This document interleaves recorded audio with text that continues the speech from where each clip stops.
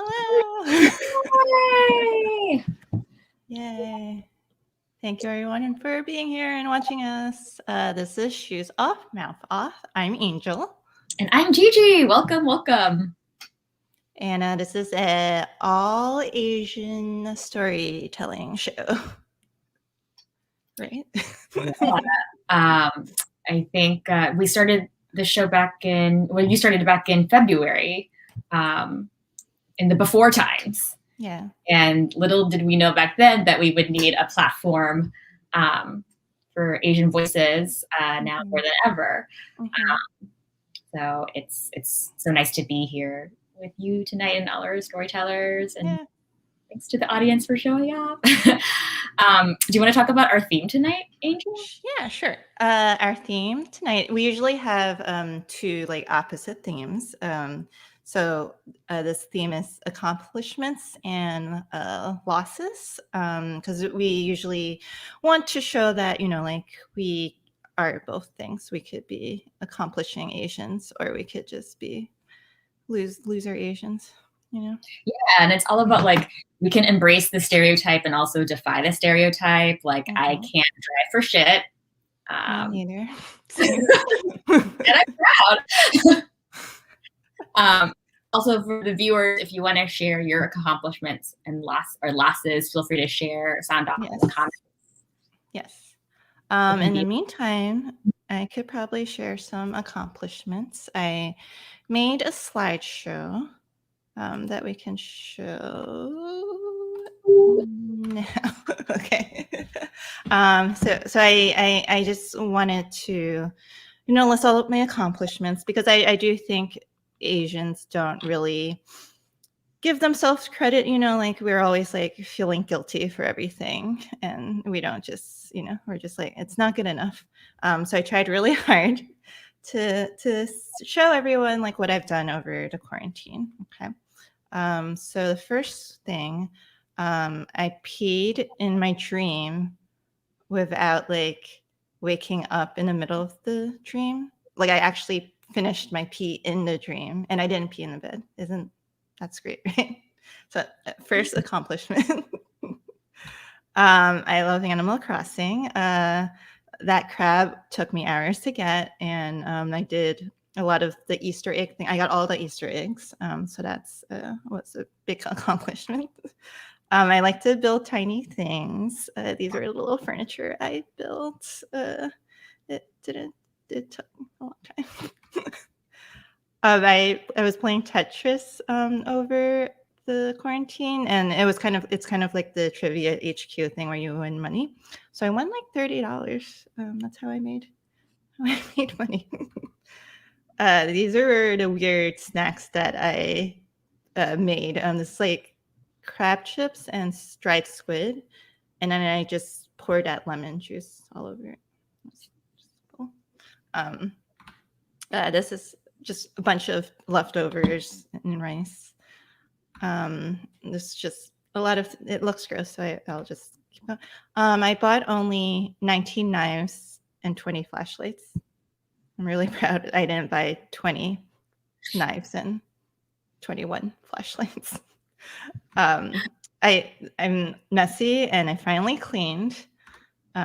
Cleaned. Cleaned. Yeah, very proud. I finished writing a book, the book I wrote in 5th grade, and I finally finished. See, I taught my dog how to use a computer. That was a big one. I was in the ABC workshop with all AAPIA actors, and because of that workshop, I'm now in a new Marvel show. I was a last-minute add-in, but I am in there. My superhero name is Lobster Claw. I got vaccinated. Huge one. I don't even need to say anymore. I vaccinated and a sticker. I did one setup, and I rode a 2-wheeler as an adult. Here, there. This is my first time riding a bike, and there I go. And my husband helped me and I didn't cry at all. Just kidding. I cried a lot because I kept falling. It was so hard. Right before the pandemic, I was in a BBC documentary about mental health. It was about how in Asian Americans, like, in our community, we don't talk about mental health. So it's about that and how I use comedy with it. And, like this month is Asian Heritage Month and Mental Health Month. So if you can, please watch that. I think we all did a lot of good things with telling our stories and being an Asian American woman, just really like saying how it is, and just the protests and everything. I am proud of voicing my opinions, and I'm proud of all my friends and everyone just, telling their part of it and helping, because everyone's stronger than they think. And last but not least, this is a homemade KFC bowl. I'm so proud of that one for sure. My proudest thing. So yeah, that's my accomplishments. Yeah. Thank you. Angel, I feel like you accomplished so much during the pandemic. I think so, right? I'm most proud of the fact that you didn't pee, or you accomplished peeing in a dream without having to get up in the middle. Yeah. Yeah, and usually you can't pee in it. You're like, I need to. Yeah. But I know that, unfortunately. So what about you? What did you, or what do you want to talk about? Yeah, I want to discuss a failure, a profound failure. So I am like a really big homebody. So like I felt like I was very suited for the pandemic and the lockdown. And I bought like candles and I bought like leggings. I was just like ready. And one day I am sitting on my couch and I feel something crawling up my arm. And I look down and it is a carpenter ant. And from that day forward, I didn't know that I would know everything there is to know about ants, including what kind of species they are. So I like smush this ant and I go over to like see where it was like coming from. And I look down and there's just like a swarm of these carpenter ants. And they kind of look like a herd of zombies or something. And I'm just like, ah! And I like scream and I'm like calling for my husband because like we'd been living in this apartment for like a couple of years and like nothing ever happened. And I just, all of a sudden these like ants are coming out of like nowhere. And my husband orders this bait called taro. That's the bait to get people. It's a clear liquid ant bait. It's a clear liquid gel. It kind of looks like hand sanitizer, so just be careful. And you're supposed to put it like on little tiny pieces of paper and put them near the entry points where the ants are coming from. So like I just like sat there for like an hour, like watching where they were coming. And I noticed they were coming from this little hole like underneath the wall. And I see like a couple of ants come out. And then like soon like a whole group comes out and it's just like, it's like spring break for these ants. They're like ones. And then the next day, like I see less and less. And then finally like no more ants. Okay. And then, 2 weeks pass. I'm in my study and I see an ant on the wall and I leave the room and I see ants in the kitchen and in the bathroom and they're in the bedroom and I'm like, oh my God, and I just lose it. I was like, oh my God, I'm gonna have a breakdown. And I just was like, I'm outnumbered, I'm outflanked, and I just felt like I was being outsmarted. Is that, I feel like that's a Eminem song. Outraged, outsmarted. Yeah, my life was basically an Eminem song at this point. And I just like gave up. I was like, I can't beat these ants, obviously. And so a few, like fast forward, we end up sitting at a really nice house in DC. It's a gorgeous 2 stories. And then I noticed that they have like ants crawling on their, like along their staircase. And I was like, okay, even rich people have ants. So I felt like less bad about it. So that was my failure. I hope that one day I'll be able to appreciate the brilliance of ants and their contribution to our ecosystem. But are you living with them now? Like, are they next to you right now listening? Well, they're basically my other 200 roommates. So that's good. I'm glad you accepted them into your home. Thank you for the story. All right. So we have a bunch of storytellers for you. They're all handpicked by us. So we love them all. You're like, this one, this one. So our first storyteller is Florence Phoebe. She is in Joy Fuck Club with me. She's the funniest probably out of all the improv group. Don't tell anyone. But everyone, give it up for Florence. Don't tell them. Anyone. Funniest. I won't. Okay. Thanks for having me. This is a great opportunity for me to send out a beacon of, since it's an all Asian show, and I'm hoping there's like a good amount of Asian audience. If anyone else knows of anyone who's half Malay of any kind or Malay at all, this is when I look for you.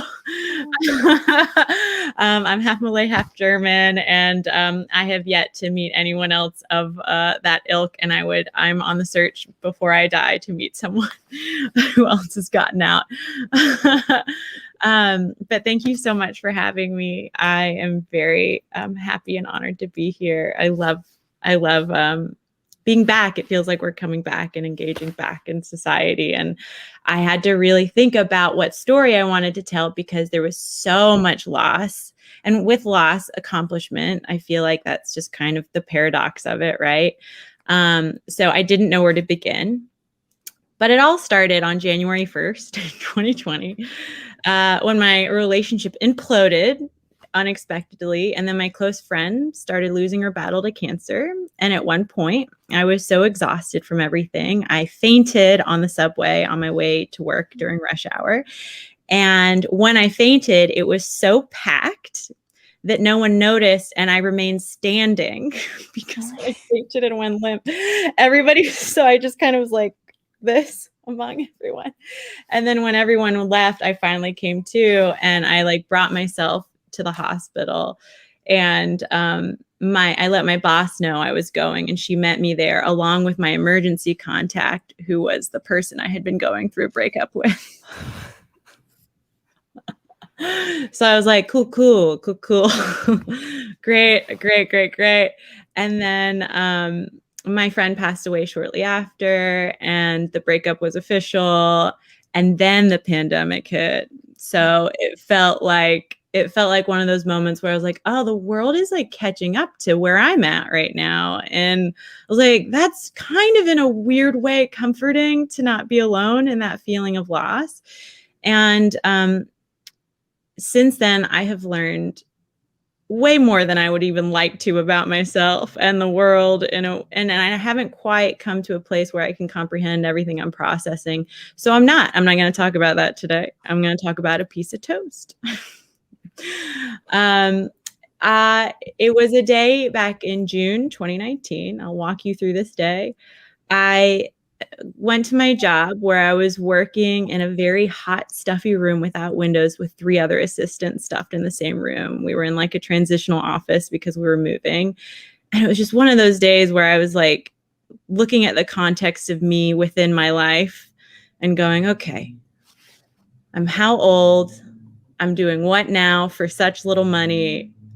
I need to change this. And I had just a week earlier been referred to what seemed like a job that was too good to be true. It used a very specific skill sets of mine. I can speak German, and like it was about comedy. And I was like, and it was for a company that pays great. And I was like, great, I'm going to spend this week. I even took off of work getting all the materials ready, writing materials and all of this stuff. And 'tis the day to submit. It was my personal deadline to submit, with still looking responsible and knowing that like I could give myself a fair shot had I submit that day. So it was middle of the week, and I am using this day at work while it's slow to essentially just finish up reformatting my resume. I had everything else lined up. I had an A+ week of preparing my material, and I was like, that's fine. I can do this. I'll just wait and like do that last, because it seemed to be the easiest thing to do, to reformat a resume. So the day ends up being crazy busy. I am not getting to reformat my resume like I wanted to. It's around 4 p.m. I'm getting a text from my boyfriend at the time saying, hey, I chose the earlier movie when I had specifically requested the later movie at 7-ish p.m., not 5-ish p.m. And he was like, I'm already on my way to the city. And I was like, well, that's not cool because I need more time and I need to like push back a little bit. Can you push back? And then he gets mad at me about managing my time. And while I'm trying to manage my time. And I'm like, this is a bad time for you to talk to me about this while I'm doing my best. And then, so he's mad at me. We push it back. And then I also, at the same time, I'm very much looking forward to this because I had spent the week working on this and putting my best efforts in to get myself out of the place I was in. And knowing that this was my reward, like seeing a dumb movie, that was just my reward at the end of this. So I book it and I like figure it out. I'm looking online and all I see is a sea of resume templates. And I finally pick one I like. And then turns out you have to pay for it. And my boyfriend was like, you don't need to pay for a resume template. And I was like, you're absolutely right. I should not have to. So then I look for the free ones. Now, when you look at ones that you can pay for, that's like walking through first class in a plane and then going to economy. And you're like, well, that looks so much like you just showed me the nice thing. And now you're telling me I can't have the nice thing. So nothing looks good. So I'm just like in this perpetual state of like, no matter what I pick, it's going to suck. So I'm not happy about it. I'm not happy about what like all this work I've done. And now I'm just like not happy with what I have. I put it in the template. Then I realized you have to pay for the font that they give you. So I'm like, okay, this stupid. And I don't care about font. So I'm just going to pick a font. But then you're like, I've cared about everything else. So I kind of have to care about the font all the way up through this week. I'm not going to give up now that it's just like coming down in the font. It's not going to be Comic Sans. It's not going to be Times New Roman. You're like, it's going to be at least a little better than that. So now I'm looking at just fonts. I find a font. And of course, you have to pay for that font. So it was another first class situation and I'm back in economy. So then at this point, I'm just like, well, fuck it. I'm just going to choose a font. I get the font. I put it in. I print it. Nothing formats correctly in the actual print part. It looks fine on my screen, but when you print it, it doesn't, like it cuts off at the wrong spot. So it's 5 p.m. I'm like, running too late for this movie. And I'm like, and nothing's formatting correctly. And so then my body and my brain were just like, okay, you can't even do this. And that's when the breakdown begins. And so I just decide, okay, I just need a break. I need to walk away. We're just going to go up and we're going to meet my boyfriend at the movie theater. So I text one of my best friends, my cry friend, I call her. I hope you all have a cry friend, a friend you can ugly cry on the phone with at any given moment without warning and feel seen. So she's like, call me. And I'm like, great. So I get off the subway, and between the subway at Times Square, which whenever you're going to Times Square on a way to a breakdown, you're in trouble. So on the walk between Times Square and the actual movie theater, I start having a breakdown on the phone. I'm hyperventilating, crying. I'm looking at like AMC theater, hundreds of people are walking by. And at that moment I was like, yeah, I feel like a real New Yorker. Like that's one of those moments where you're like, I've claimed my space in New York. I'm having a full on breakdown in the middle of Times Square, as you should. And we go into the theater, we have another fight, and then he sees my face and he realizes, oh, she seriously wasn't doing all right. She's like not doing well.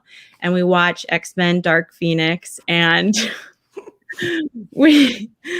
I get out and I'm not happy about anything and I feel like a failure. And I get home and I miss my train, and I finally get into my door and I look in the kitchen and I'm just like, this day just does not deserve to go on. I just need to like go to sleep. But then I discover I had a piece of my favorite toast left. And I gotta say that on therapy days, when I go to Borough Hall, there's this one place that carries this toast. and it's usually sold out. And sometimes after therapy, I luck out and I get everything I can and all of it that I can. And I had apparently left a piece for myself, and that never happens. And I was so excited. So I put it in the toaster. I walked to my room. I'm just like, you know what? If nothing else, I'm really excited for this. And I get the butter out. I get it ready. I go to my room, and then I get distracted. And I come out and I smell burning.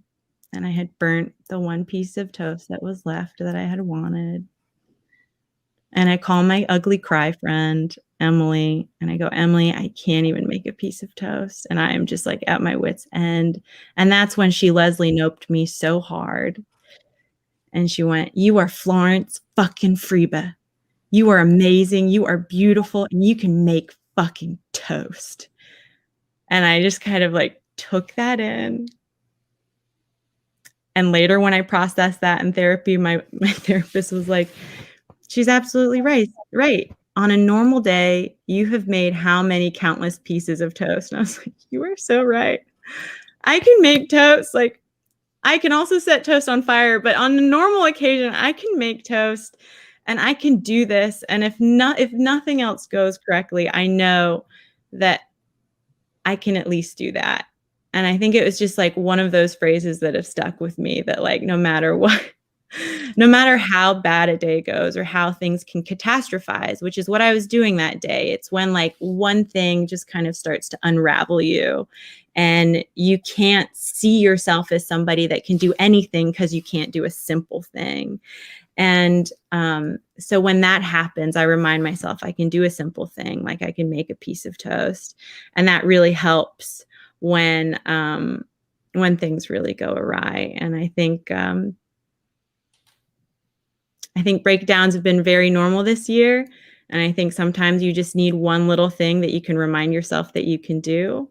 And there's been a lot of loss this year. And also when that happens, you kind of realize how much love you had in the first place. So I hope you all have an ugly cry friend that you can call the next time something pops up. And I just want to send love to you all. And I hope everybody, is healing from this year in whatever form you can. But thanks for having me. Oh, thank you, Florence. Oh, that was so good. That was so relatable. I have all the anxieties as well. And I do hate when people are like, stop being anxious. And I'm like, it doesn't work that way. Yeah. It doesn't work that way. Once that train leaves the station, it leaves the station and you need to follow it through. But it's nice to have people that you can cry at and not make you feel crazy. Yeah. And you can make toast. I feel like you can make fucking toast should be on a t-shirt or something. And we all need to wear it. Toast. Yeah. I was like, I can make toast. Also, making toast on fire is like an accomplishment. That's that's more. It's very easy. All you gotta do is put it way too close to the broil. And the resume part like really hit close to home. Like I feel like I spent so much money on like buying a resume template off of Etsy, which did not give me any jobs whatsoever. Yeah. And they make it look so much more beautiful than anything you can get for free. And you're just like, how am I supposed to want anything else? But thank you. Thanks for sharing. Yeah. All right. I'll see you on the other side. I think speaking of money, I think it might be a good time for a Venmo shout out. Sorry, because resumes, money makes me think of Venmo. We just want to say thank you so much to The Squirrel for hosting us. The Squirrel is a nonprofit comedy theater. So if you are watching and you would like to donate, their Venmo is @Squirrel NYC. Yes, I got all of their I'm sure. And this video was amazing. I'm the squirrel. Yep. All right, should I bring out our next performer? Mm-hmm. Our next performer is just an amazing person. She's a comedian and writer, and she runs a free book initiative called Book Fair for All. Please welcome the one, the only, Arti Galawudi. Oh my God! Come on, guys! Happy AAPI month, first and foremost. It is our time of the year, which is very exciting. Oh my gosh. Okay, so what I'm bringing to the table today is I often feel like, as a queer Indian woman, I am not only like erased in media and in my day-to-day, I just like feel like nobody's listening to me, like I feel like they're just staring at my perfect tits all the time, to be honest.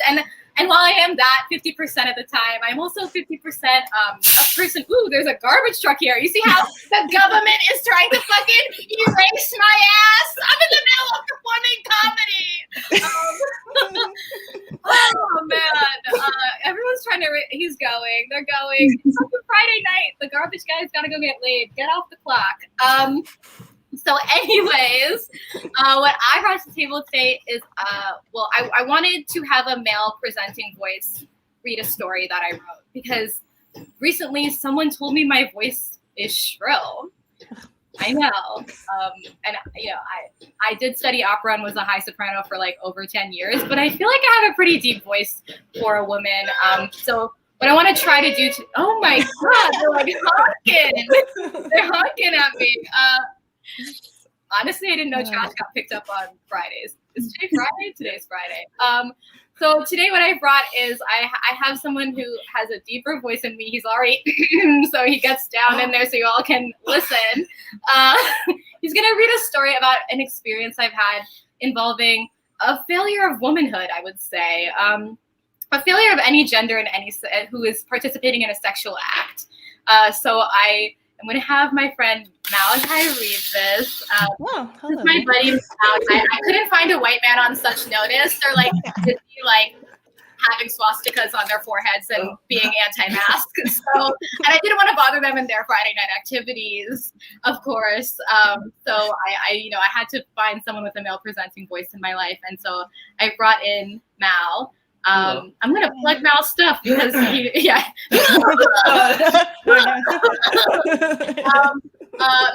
a musician. He's got a little park tour going on. I know you plugged like my social media, but I could plug it in my little stories tonight. Why not? So Mal has never seen this story. He also can't read. No. Oh, no. Interesting. He's a literate little man, and so we're just gonna have him read through the story of my experience, and hopefully, because it seems like, are you a tenor? What would you say? I'm definitely a tenor, baritone. A baritone. Because he's a baritone, I feel like this is gonna really hit. So, I'm gonna do some side comments because, I really am abrasive, and as my last place of employment said, is I don't really shut the fuck up, and I'm deeply inappropriate. So we're gonna go through this story about failure. So we're just gonna start. We're just gonna read through the story, and I'll have your own natural reactions about it. And if I interrupt, like, you can decide as a man whether it should be acknowledged or not. Mal's also not a comedian. Okay, so he is deeply nervous, and I think that's kind of cool. Whereas I'm like, I'll get a little wine drunk before this. So go forth and onward. Are you ready? I've spent a lot of my 20s really believing I was the crazy one in any romantic interaction. I enjoy tossing around the idea that my dating history is a series of failures that is always my fault. Even last summer, when I met up with a first date who told me he knew he didn't have COVID because he just got out of the psych ward, and they tested him before he left, I was convinced that between the two of us, I was the batshit one, even though he was the crazy one because his favorite band was Third Eye Blind. Whose favorite band is Third Eye Blind? That's crazy. Whose favorite band is Third Eye Blind? That shit is nuts. That shit is nuts. It's crazy. We know this. It's crazy.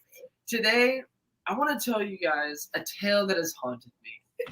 Every few months, I would be mid-sentence saying something stupidly smart while batting my long eyelashes, showing the perfect amount of tits to someone too hot to exist in real life, when I suddenly stop, mouth agape, absolutely frozen as my mind spirals, scoops me. I made a mess of... No, you're here.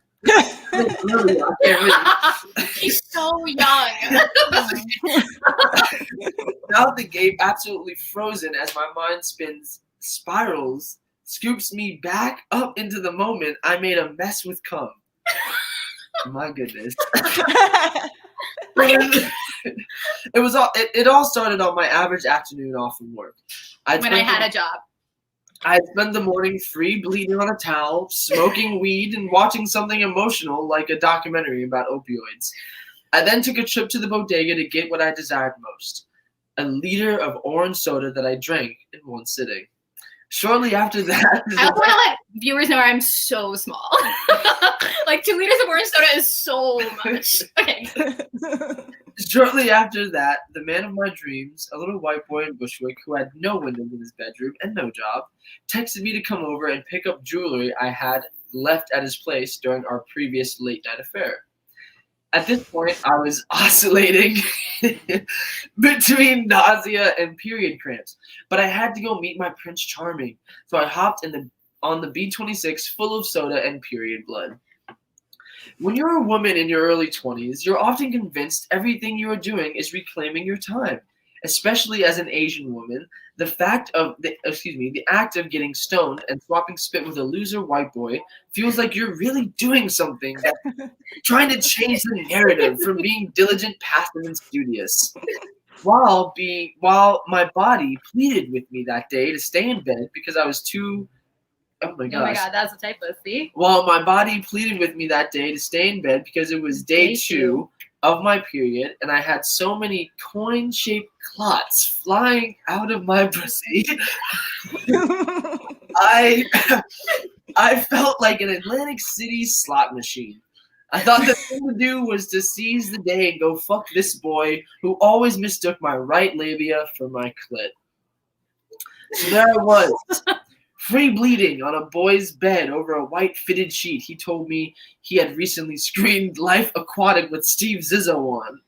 At this point, he had already gone down on me like the little weird vampire he was. It was more interesting to watch than it was pleasurable. I'm like looking down there and I'm like, well, I don't know. And then I'd be like, yes. He'd like look up with his eyes. And I'd be like, yes, this is weird. Watching him reminded me of the time I went to the zoo and spent an hour observing baby lizards extend their tongues to catch flies, but kept missing. Him bobbing his head with little grunts while his spiny tongue occasionally unraveled into a hole before retreating back into his mouth. Too much. I feel like it's like now, like it became too sexual to write. Okay, my fault. Yeah. Sorry, too into it, I guess. Yeah. Back into lower register. Right. Yeah. He didn't look like he was enjoying it. Okay. Yeah. It seemed like it was more something he would later pat his back for even trying. Damn. Either way, I felt like I had to reciprocate the sloppy favor because I believe feminism is receiving no pleasure but feeling guilty when men don't either. I decided to give him head, something I am heroically bad at because I'm confused how anything is supposed to wiggle around my mouth and not hit my huge ass. So my big thing here is that in college, I gave head to one guy that I was hooking up with, but not his friend that I was sleeping with. And they confronted me at a party about it. And I started crying because I'm like 18 and I'm not really sure what's going on. And I was like, started crying and they were like, and Zach said you use teeth. And I had never given head before. And then I started crying and go, well, my teeth were there before your dick ever entered. And it was like very publicly at a party. And I think they're very, I do think that this is intrinsic with Asian identity, I will say, because I don't think they've ever seen an Asian woman scream about dick in their mouth at a party. Like, of 18. So that's me interrupting to interject. I think it's important. Yeah. Please. Come on, we got it. We only got 5 to 7 minutes, babe. Let's go. There I was, naked and bleeding, bent over full of soda, sucking off some loser, when all of a sudden my stomach started to gurgle and growl. Gas was beginning to form, and I wasn't sure, Wow. Gas was being reformed, and I wasn't sure what end it was going to fling out of. Yeah. I kept going though because the young man proclaimed he was almost done, which I appreciated him letting me know, and as he finished, I valiantly lifted my head up, proud of what I had accomplished. That's model minority, you know, like we have to finish. As the boy's slime slowly made its way down my throat, my stomach gas started to ripple up. Not even a second later, I realized I had burped up this boy's cum, straight into my hands, onto my chest, down my chin. While I bled all over his bed, butt-ass naked, I cried. For years, believed through that incident I failed to pass some femininity test of not being able to hold a 2-liter soda amidst my cramps and period while trying to swallow some sad boy semen. I often wondered what my ancestors thought of me now. What kind of legacy had I now acquired? I could have been someone. I could have been great. I could have been in bed. Wow. Yeah. Is that? You know, I think when we're thinking about failure, I think there's something really funny about like sexual failure, because as somebody who grew up, like my parents were like never home, they were always working.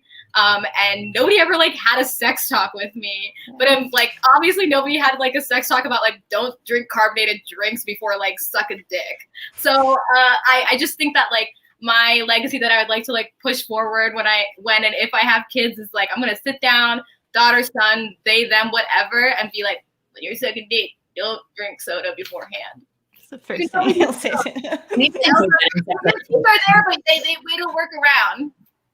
And so that's what I was thinking about in terms of Asian identity, is that nobody talked to me about sex, nobody talked to me about fucking. Yeah. And even if they did, I wouldn't be prepared for this moment. This is an actual failure. You're not talking about cheese. Yeah. That's my shtick. That's it. Thank you. I hope everybody was able to grasp it in a lower vocal range. I imagined everything. So. Yeah. With me, but with Malachi's voice. Yes. Exactly. Thanks for reading. Yeah, thanks for having me, guys. Yeah, thank you. Okay, this now.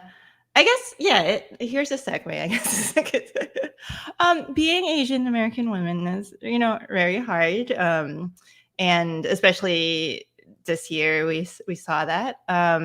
So we're gonna take a little break from stories, and we're gonna bring on someone who represents this organization called Asians in America. Fulton Hewitt, if you can join us and talk about your organization and your whatever you need to say. Hey, how's it going? This is Fulton. I am not an actor nor a comedian. Hello, can you hear me? Hello, can you hear me? Hello? You broke up a little bit, but we can hear you. I was just kidding. That was what I believe comedians use, called sarcasm, and I was pretending to not feel heard because Asian Americans are invisible by the rest of the society. Hey, yeah, there's my joke for the day. I think I got my quote down. Thank you for the introduction. I have no idea how to follow up with that, and I am totally shook. And I'm also in the passenger seat of a car because I too am horrible at driving. And I have actually PTSD from the car crashes that I've been in. Thank you again for the introduction. My name is Fulton. I'm here speaking on behalf of Asians in America. We're a newly formed grassroots nonprofit based in New York City, and what originated from delivering meals to frontline heroes and giving providing self-defense workshops and alarms to seniors is now turned into much more. And what better way to celebrate Asian American Heritage Month, as well as a mental health awareness month, than to, you guessed it, sideline your own mental health for the sake of your community. Hey, let's go. Let's get some jokes in here. I'm not a comedian, in case that wasn't clear. And what we've been doing now, and with partnerships and in coordination with other folks in the community, we've been having youth basketball tournaments, trying to find ways to bridge community. And what happened was back in a couple months ago, I forgot which month because time flies so quick when everything like hate crimes happened day after the next. There was a 13-year-old who was attacked at a basketball court in Flushing, and he was told to go back to his own country. And what, in response to that, we organized an event to try to reclaim that space as a safe environment for our youth, but also to bridge different communities together through basketball. And just the other day, you might have seen that another kid at Regal Park was attacked and called Chink. So it's an ongoing issue, and we're just hoping that Asian Americans, our fellow colleagues, continue to be engaged with the community even after API Heritage Month. And so, yes, that also includes those people in finance who volunteer every once in a while saying, oh, I want to give back to my community. I'm sure we've met some of those along the way. But I just want to give a quick plug to the Care Fair that's happening, organized by my friends Michelle and Howard, that's taking place at Columbus Park tomorrow from 10 a.m. to 12 p.m., known as Soar Over Hate, as well as with Kenji Jones. On our hand, we're going to be organizing an event for the youth on May 29th, also at Columbus Park from 12 p.m. to 4 p.m., where there will be self-defense workshops. There'll be a potential Asian Americans teach-in, as well as the youth basketball tournament. You can find out more at our IG handle, Asians in America. And again, thank you for the show. Shout out to all the actors and the folks in nonprofit and in the creative spaces. Continue to do the work while going through so much, and especially with the past year. But thank you again to Bonnie for the invitation, and to both of y'all. Thank you. Thanks for speaking on behalf. Yay. Yeah, we have the link, asiansinamerica.com/get involved if you want to know more about the organization. And I do want to shout out Bonnie Tang, who's our producer. So thank you, Bonnie. I know you wanted to be here, but shout out. All right, let's get back into the stories. Ready for our next performer. Our next performer is a wonderful storyteller, and you can see her perform at an adult-only story show called Artists Standing Strong Together. So this is for all of you grown-ups who want your own storytelling show. It's for you. And that will be tomorrow at 10 p.m. Please give a warm welcome to Annie Tan. Hey, everyone. I feel like I will never top Artie's stories though. I'm a teacher, spoiler alert for the story, but yeah, I can't really say terrible, sexy things for my students. What are my fourth and fifth graders gonna think, and be like, oh, Miss Tan's there. Yeah, so that's the thing. Yeah, so unfortunately mine is more tame than Artie's story, but that's all good. It's all good. Tonight and tomorrow. I think we got this. Yeah, so I'm Annie Tan. I'm not Amy Tan, which is what a lot of people call me.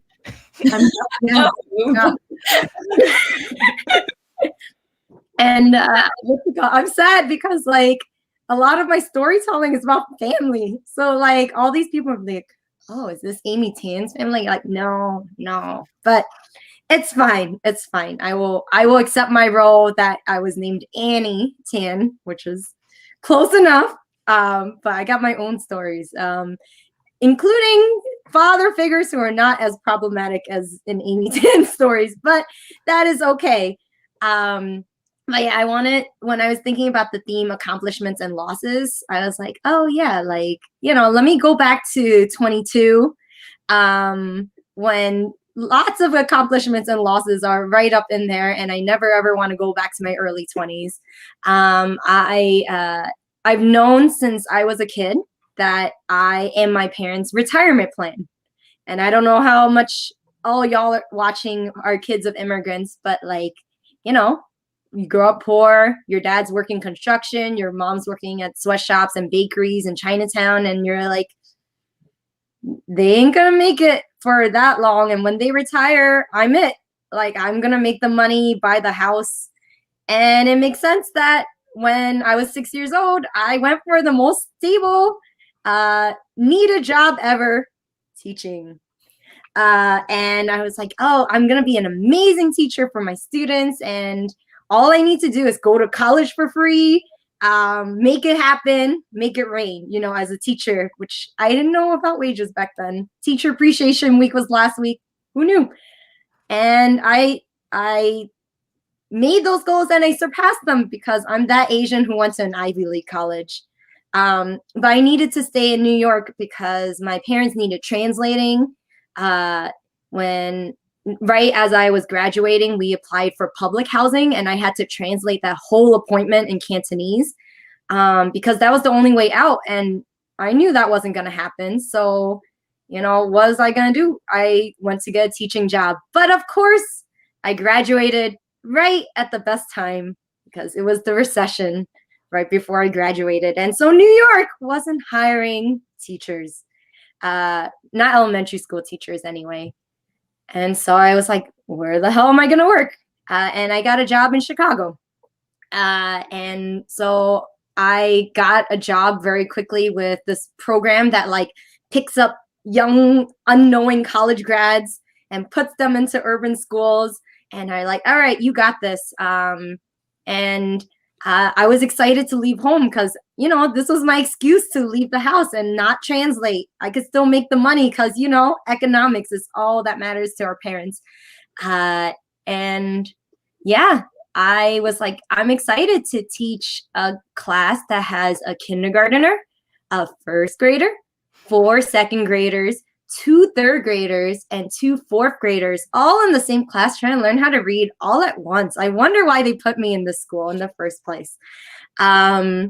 And I was like, oh, this will be fine. And I'm special ed now. I'm a special education teacher with no special education training. And, my dad calls every night. He's like, Nasik Maya, Cantonese, have you eaten yet? And I'm like, yeah, but he doesn't know it's minute rice in those containers and Progresso soups on top. And then he's like, oh, lay fun homa. Are you sleeping okay?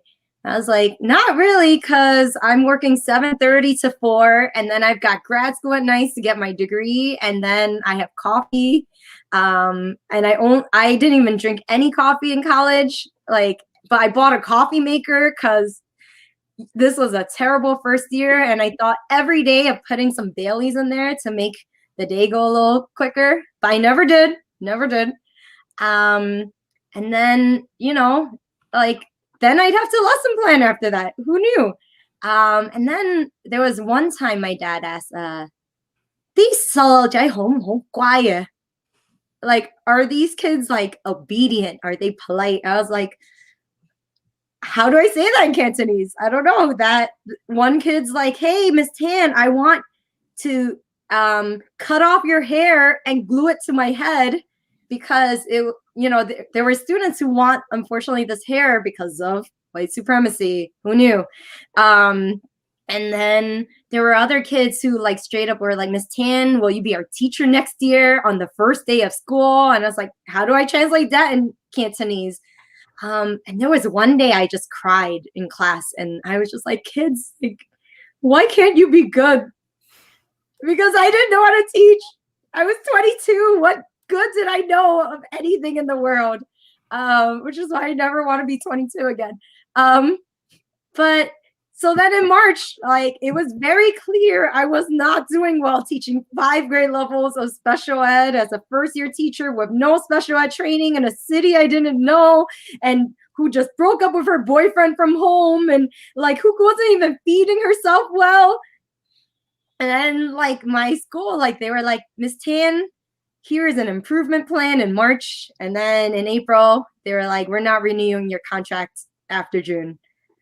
And I was heartbroken because this was the only job I ever wanted, right? And I didn't know how I was gonna make money. I knew my dad would be disappointed, and I forgot to say earlier that he had throat cancer and had surgery 3 days after my 18th birthday, and like had been permanently disabled with a hole in his throat. And like it was on me and my brothers to like really provide, you know. And I was just like, I don't know how to tell him that I've gotten fired. Damn. So I call him and it's like, and I like went away from the school, like, and I tried to sit at the train station because I knew if I was inside somewhere, I would start just sobbing like by myself. So like at least at the train station, like people could judge me if I was crying, so I wouldn't cry. And I was like, Papa, 可以准备 pack 我出来. They're about to kick me out. And I thought my dad would be like, well, serves you right for moving to Chicago. Like, or, well, that's what you get for picking a terrible job of teaching. No, he just straight up was like, hey, okay, Ingney. Like, it's okay, Annie. And then I was like, what? Like, who is this dream dad that I've always wanted since I was like a kid? Like, who's not yelling at me right now? And he just said, if you want to move home, you can come back to New York and you can figure out your time here. If you want to stay there and finish your master's degree and still teach, you can. Because you got a full ride scholarship to college, we have some money saved. So I was like, oh, damn, I helped. That was good. But he was like, because you did that, like, we have some money to send you, you know? So, like, you do what you have to do, okay?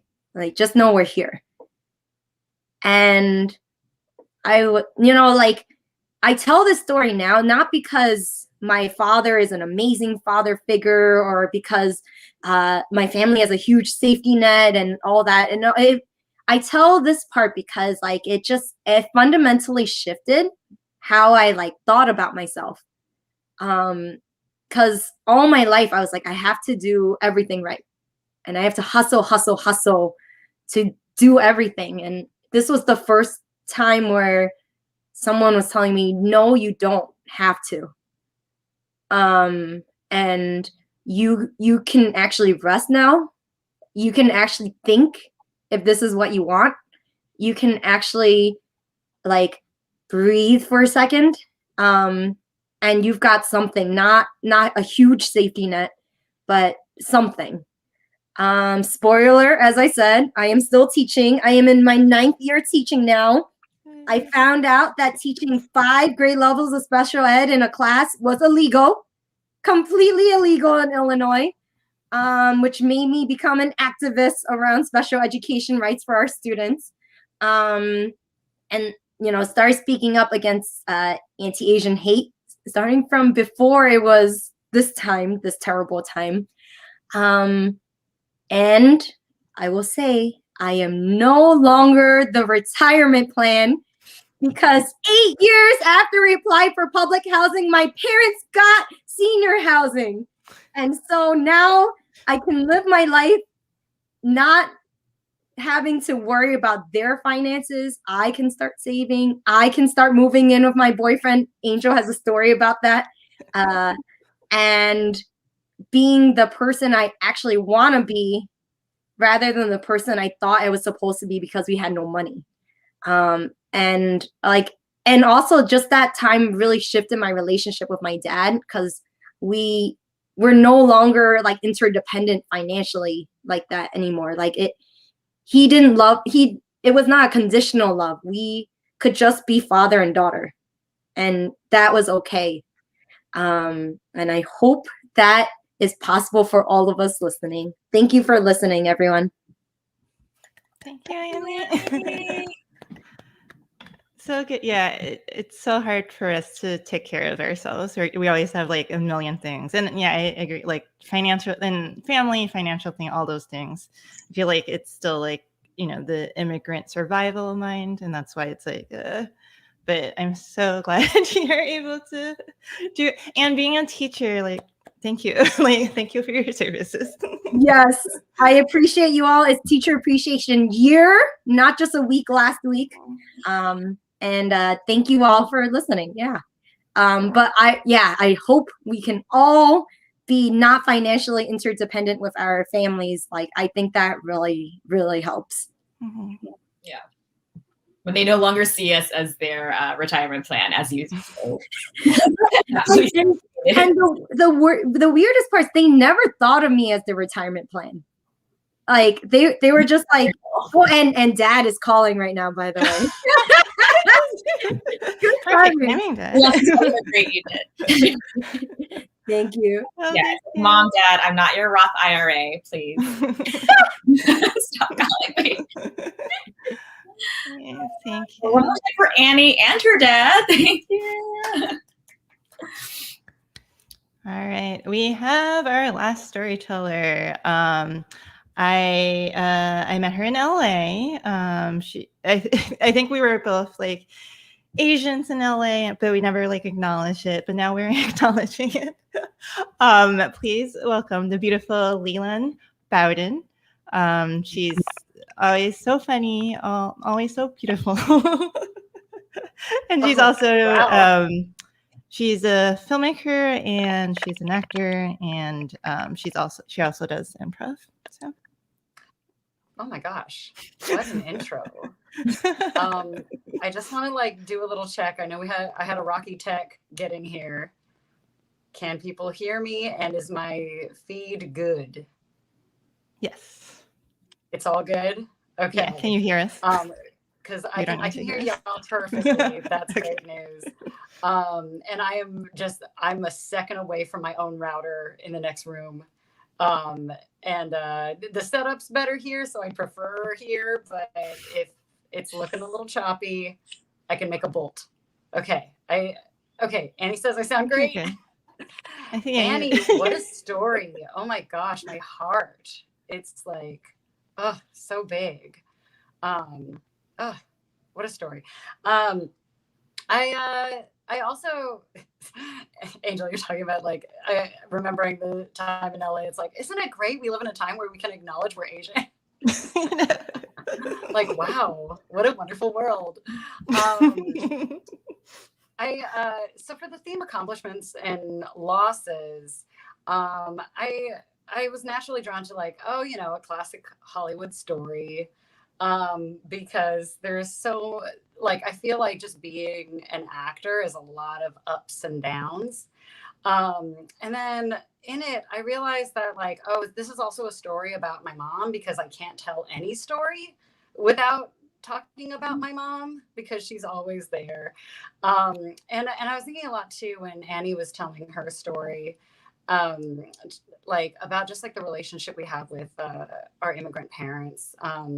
So like my mom, and who is very well meaning, is probably like most Asian immigrant moms, where like surprise, she's never really gotten my acting career. And what's great though is she's never been like disapproving of it. I'm so sorry. Is my feed like kind of sketchy, or am I good? Because it's a little bit. We can hear you. Okay, but you can hear me fine? Yeah. Okay, I'm gonna make a move to the router, and I'll just tell the story on the way. So follow me through my messy apartment. It's a journey, friends. Whoa, this is crazy. I gotta also take my laptop too, because that's where my story is. This is where I live. Just giving you like a full tour. Found this rug. MTV Chris. I know. This rug also does a double duty where it blocks sound, and so that's fun. Here we go. This is the hallway. Whee! And then I'm closer to the router, and hopefully we'll garner better results. Sorry to my boyfriend in advance, who has to deliver this.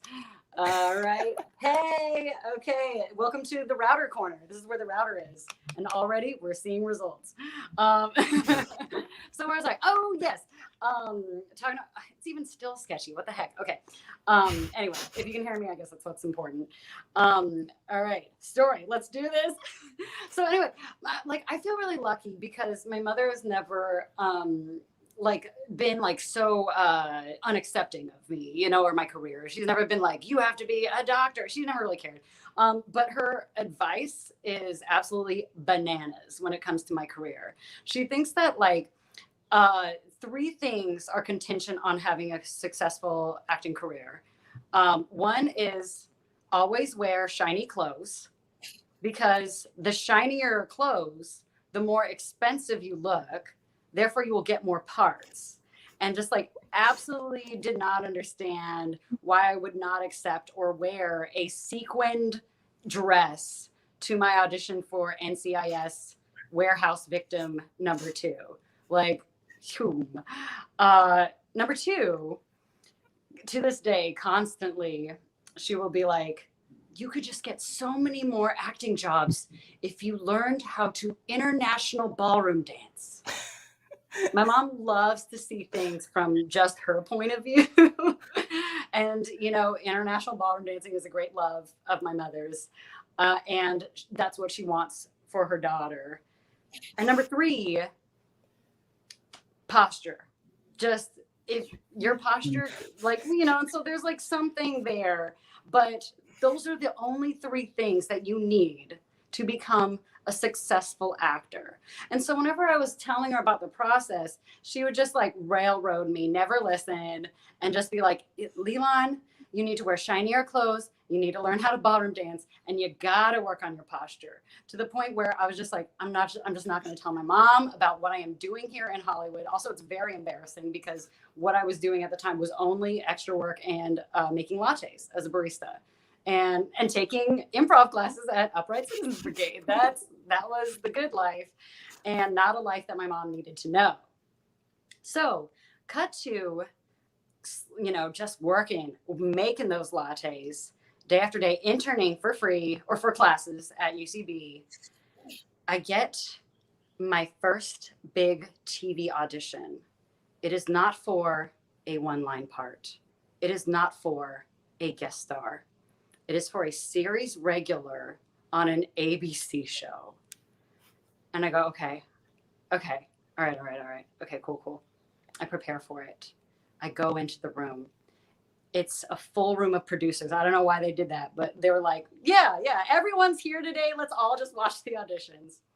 I do my thing. I make people laugh. It feels great. From that one tape, I don't hear anything for a while, except that they like me. For people who know acting, to book a series regulars part, there's usually a callback. There's usually a producer session. And there's usually a thing called a test, where you're tested with other people, your contract is negotiated, and then you hear the part. You get here if you booked it.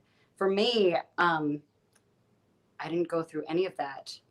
They tested that one tape, and I booked it. I went from, thank you, small hands clap.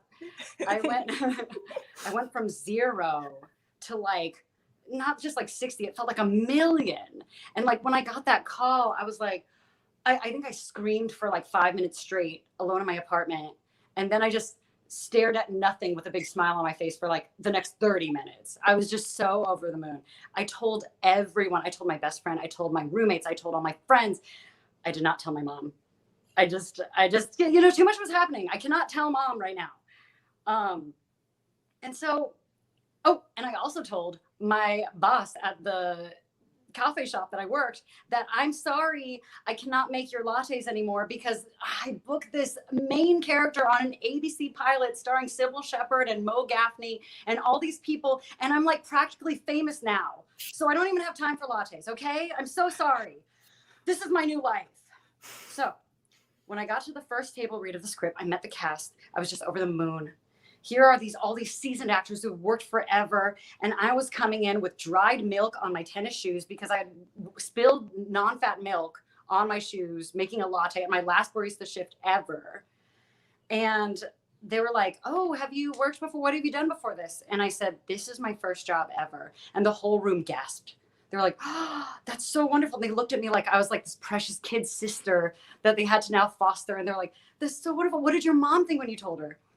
And I said to Mo Gaffney, who asked me, I have not told my mom yet. And she went, well, you got to tell your mom. And I was like, yeah, I know, Mo Gaffney, I know. So I went home. I didn't tell my mom. The next day was a studio read of the script. We were all there. went amazingly. Had so much fun. Got home, did not call my mom. The next day was a producer's read. It was at ABC. It felt like a million people were in the room, celebrities, the CEOs of ABC, the channel. I had a lot of fun. I was a little nervous because each draft of the script I got, my lines had been rewritten a little bit here and there. And even when I auditioned, the lines that they gave me were not even in the script. They created lines for this character. So they were still kind of working out my character. But other than that, I had a great time.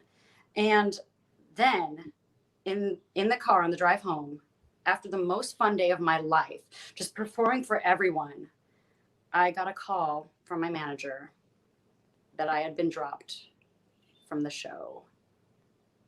They were writing out my character. They couldn't figure it out. I had lost my first and only TV job days after booking it, and I didn't have a job. I didn't even have a barista job anymore because I quit it because I was going to be famous. So I went from the most exciting thing in my life ever happening to me to just like what felt like nothing. The days after, cast members and a producer of the show had like reached out to me over email, like just comforting messages like, hey, it's not your fault. Sometimes the script just changes and it's happened to actors before and we think you're talented, and just like a lot of comforting stuff. And a week later, I finally called my mom and I told her the whole story. I told her the first audition, the whole ride up, meeting these people, all the way, you know, my triumph, my loss, the whole journey. And this time my mom did not interrupt me. She listened so attentively to the whole story and let me finish from beginning to end. A rarity. And after I finished my story, I told her the whole thing.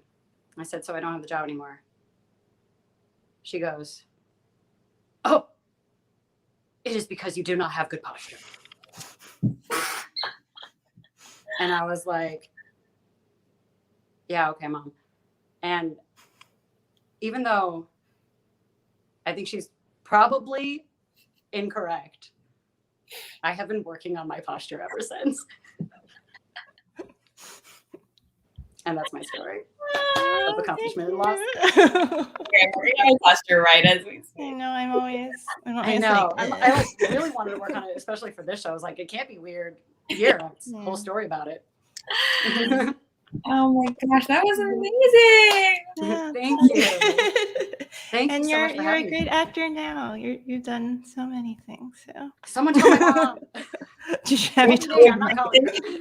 I'm kidding. We talk a lot. Hey, thanks for telling your story and moving and showing us your home. Thank you. Oh my gosh, you know, I'm really proud of this bookshelf. I helped install it. We got like a little Echo over here, TV, Wow. lots of good stuff. Please say hello to your mom for us. I feel like I know her. I want to meet her. I want her to take me sequin dress shopping. Oh my goodness. I will say I've been to every like senior center that hosts an international ballroom dance in the Bay Area at this point. And it's kind of a blast. Turns out I actually like ballroom dancing. I just don't like taking lessons. So I just go to like dance with whoever. I'm good at following, bad at actually learning dances. Thank you. Thank you, Linda. Thank you so much again for having me. What a blast. I loved hearing everyone's story. Just like so engaging. I'm like backstage, just like listening to like laughing and like clapping as if people can see me in here. We feel it. Yeah. Great. I mean, what a fun lineup. Thanks so much again. Thanks. All right. We are going to end the show with a music video from the group Asian Pop. No one's ever seen this video before, so it's a world premiere. So yeah, we'll end it with the music video. Thank you for being here. Thank you for watching. Thanks, Jiji, for being my co-host. Thank you. And should we give a shout out to all of our performers? Yes, thank you for all the performers. Florence, RT, Asians in America, Annie, and Leland. And thank you so much, Jorge, and the school. Thank you. Yeah, keep donating, everyone. Get Venmo at Squirrel NYC. Yes. There you go. Great. Yeah. All right, hit it with that music video.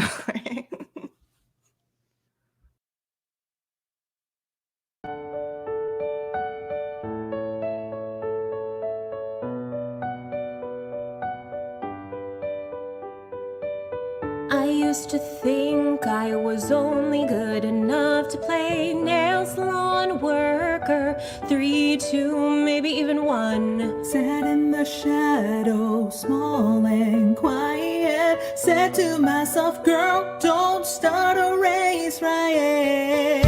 I will no longer hide. Like egg drop soup, I'm boiling inside. Tonight, you'll hear me scream. You know what sushi doesn't need. Cream cheese. I'm a fighter.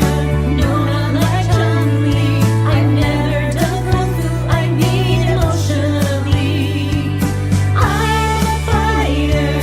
I don't need a woke white boy to tell me I am strong.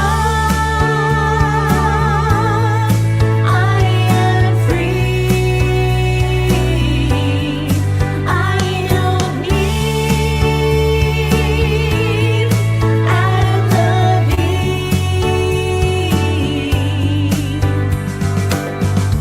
When I look cross, bro, ask me where are you from?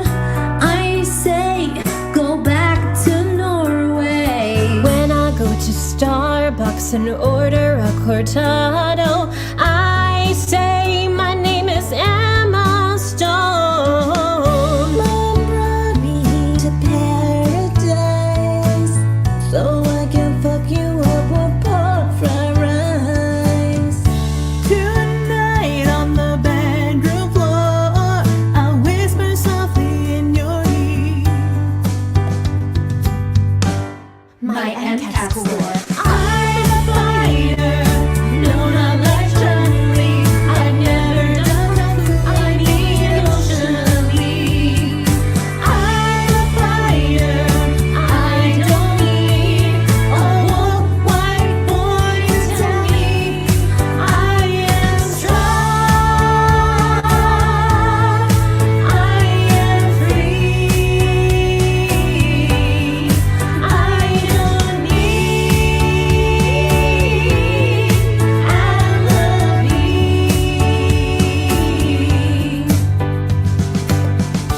In the middle of the night, when I hear my auntie whisper that I gain weight, I'll look up to the skies and pray the angels tell her from above. The average American woman is a size 14. 14. I'm American. I'm a fighter. No, not like Chun-Li. She is cool, but I'm not even Chinese. I'm a fighter.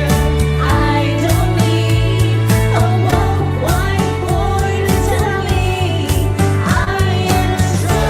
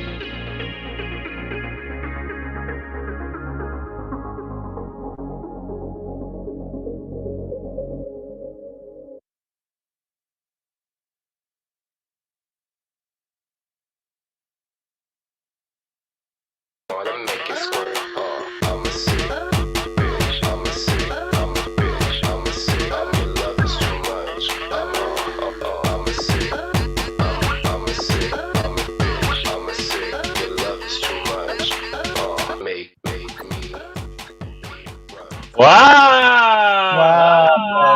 Happy Friday. Can you hear me? Happy Pride Day. Happy Pride Day. TGIP. TGIP. Yeah, thank God it's Pride.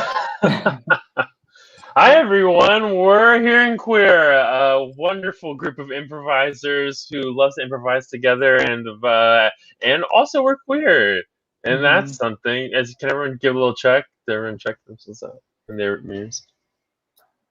Still queer. Yeah. How y'all doing? How y'all doing? Good. How y'all doing in the chat? I'm wearing the t-shirt from that place, that bookstore we went to in Columbus. Oh God, our last live show. No. Our last live show was in Columbus. Yeah, last May actually, we left New York during the protests and during COVID, and we went to Columbus to do a show. It was really nice. In the bookshop. It was really nice. In the bookshop, yeah. And then I got COVID right after that. Yeah, it was so weird how you got COVID right after that. It was that book that gave it to you. I know. I kept soaping myself up. But that book did give it to me. Just drenched in liquid soap the whole time. Yeah. I slipped right through TSA. Crazy. Yeah. When that lady asked you if those were your daughters. Yeah. If you know, you know. If you know, you know. And you're in the chat, Everyone watching this show, y'all know. Y'all know. Everyone watching this show right now, y'all know. Yeah. Yeah, Jorge knows. Wait, Jorge knows. Wait, if we're the only person watching, we can do whatever we want. Wow. Wait, that's oh my so God. true. Should we make? Let's. We can do whatever we want. Twitch. Go to Twitch. Someone see if we have more than just verify. Jorge in here. I don't. All right. I'm not confident that we do. Okay, if you're watching on Twitch, send the number 1. I'm seeing 8. I'm seeing 10. Okay, we just have some shy guys. Oh, yeah, some shy guys in the audience. I don't want no shy Be guys. shy. Sentinel Jake says 1. Whoa. Okay. This show's for you, Sentinel Jake. Do you remember the song Shy? Okay. Scotch and soda. Scotch and People soda. are coming out of the woodwork. Y'all I love it. Oh my God, there's 16 are here. Wait, should we vamp some more? Okay. Oh, This is nice. Oh my God, I love that little dinosaur. Is everyone else seeing the little dinosaur? No. No. I'm seeing a little dinosaur. Wow, I'm seeing dinosaurs again. Oh no. You better call Zoc Doc. I gotta call my Zoc Doc. Call your Zoc Doc. Well, thank you to all the ones in the haze in the chat. Yeah.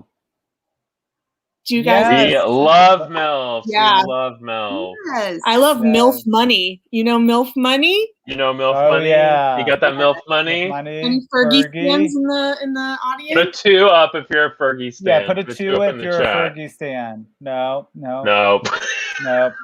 Sophia, you don't like. I got that milk money. You got that milk money. I got that milk.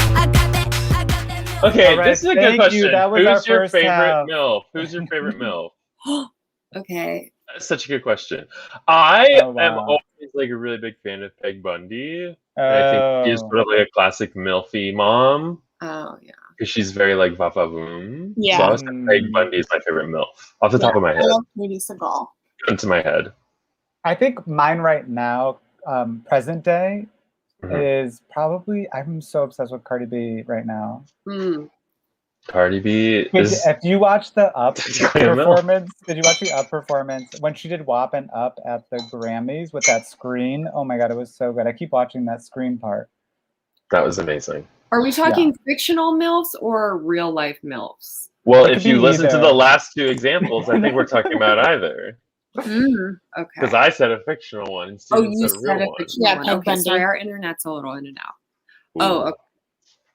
Oh, okay. Fictional MILF? Carmela Soprano. Okay, I was gonna say. Okay. Everyone say who on The Sopranos you would want to bang in the Dr. chat, Melfi please. is my MILF. Yeah. Or Roe April. No. Okay. Yeah. Wait, so Kelley, who's yours? And then we'll start the show. Yeah. Oh, I say mine. Tony was on. Yeah. Yeah. Is it You Tony? haven't said your MILF yet. Tony Oh, Hawk. Dr. Melfi. Tell me, Dr. Hawk. Milf in The Sopranos. Lorraine Brock.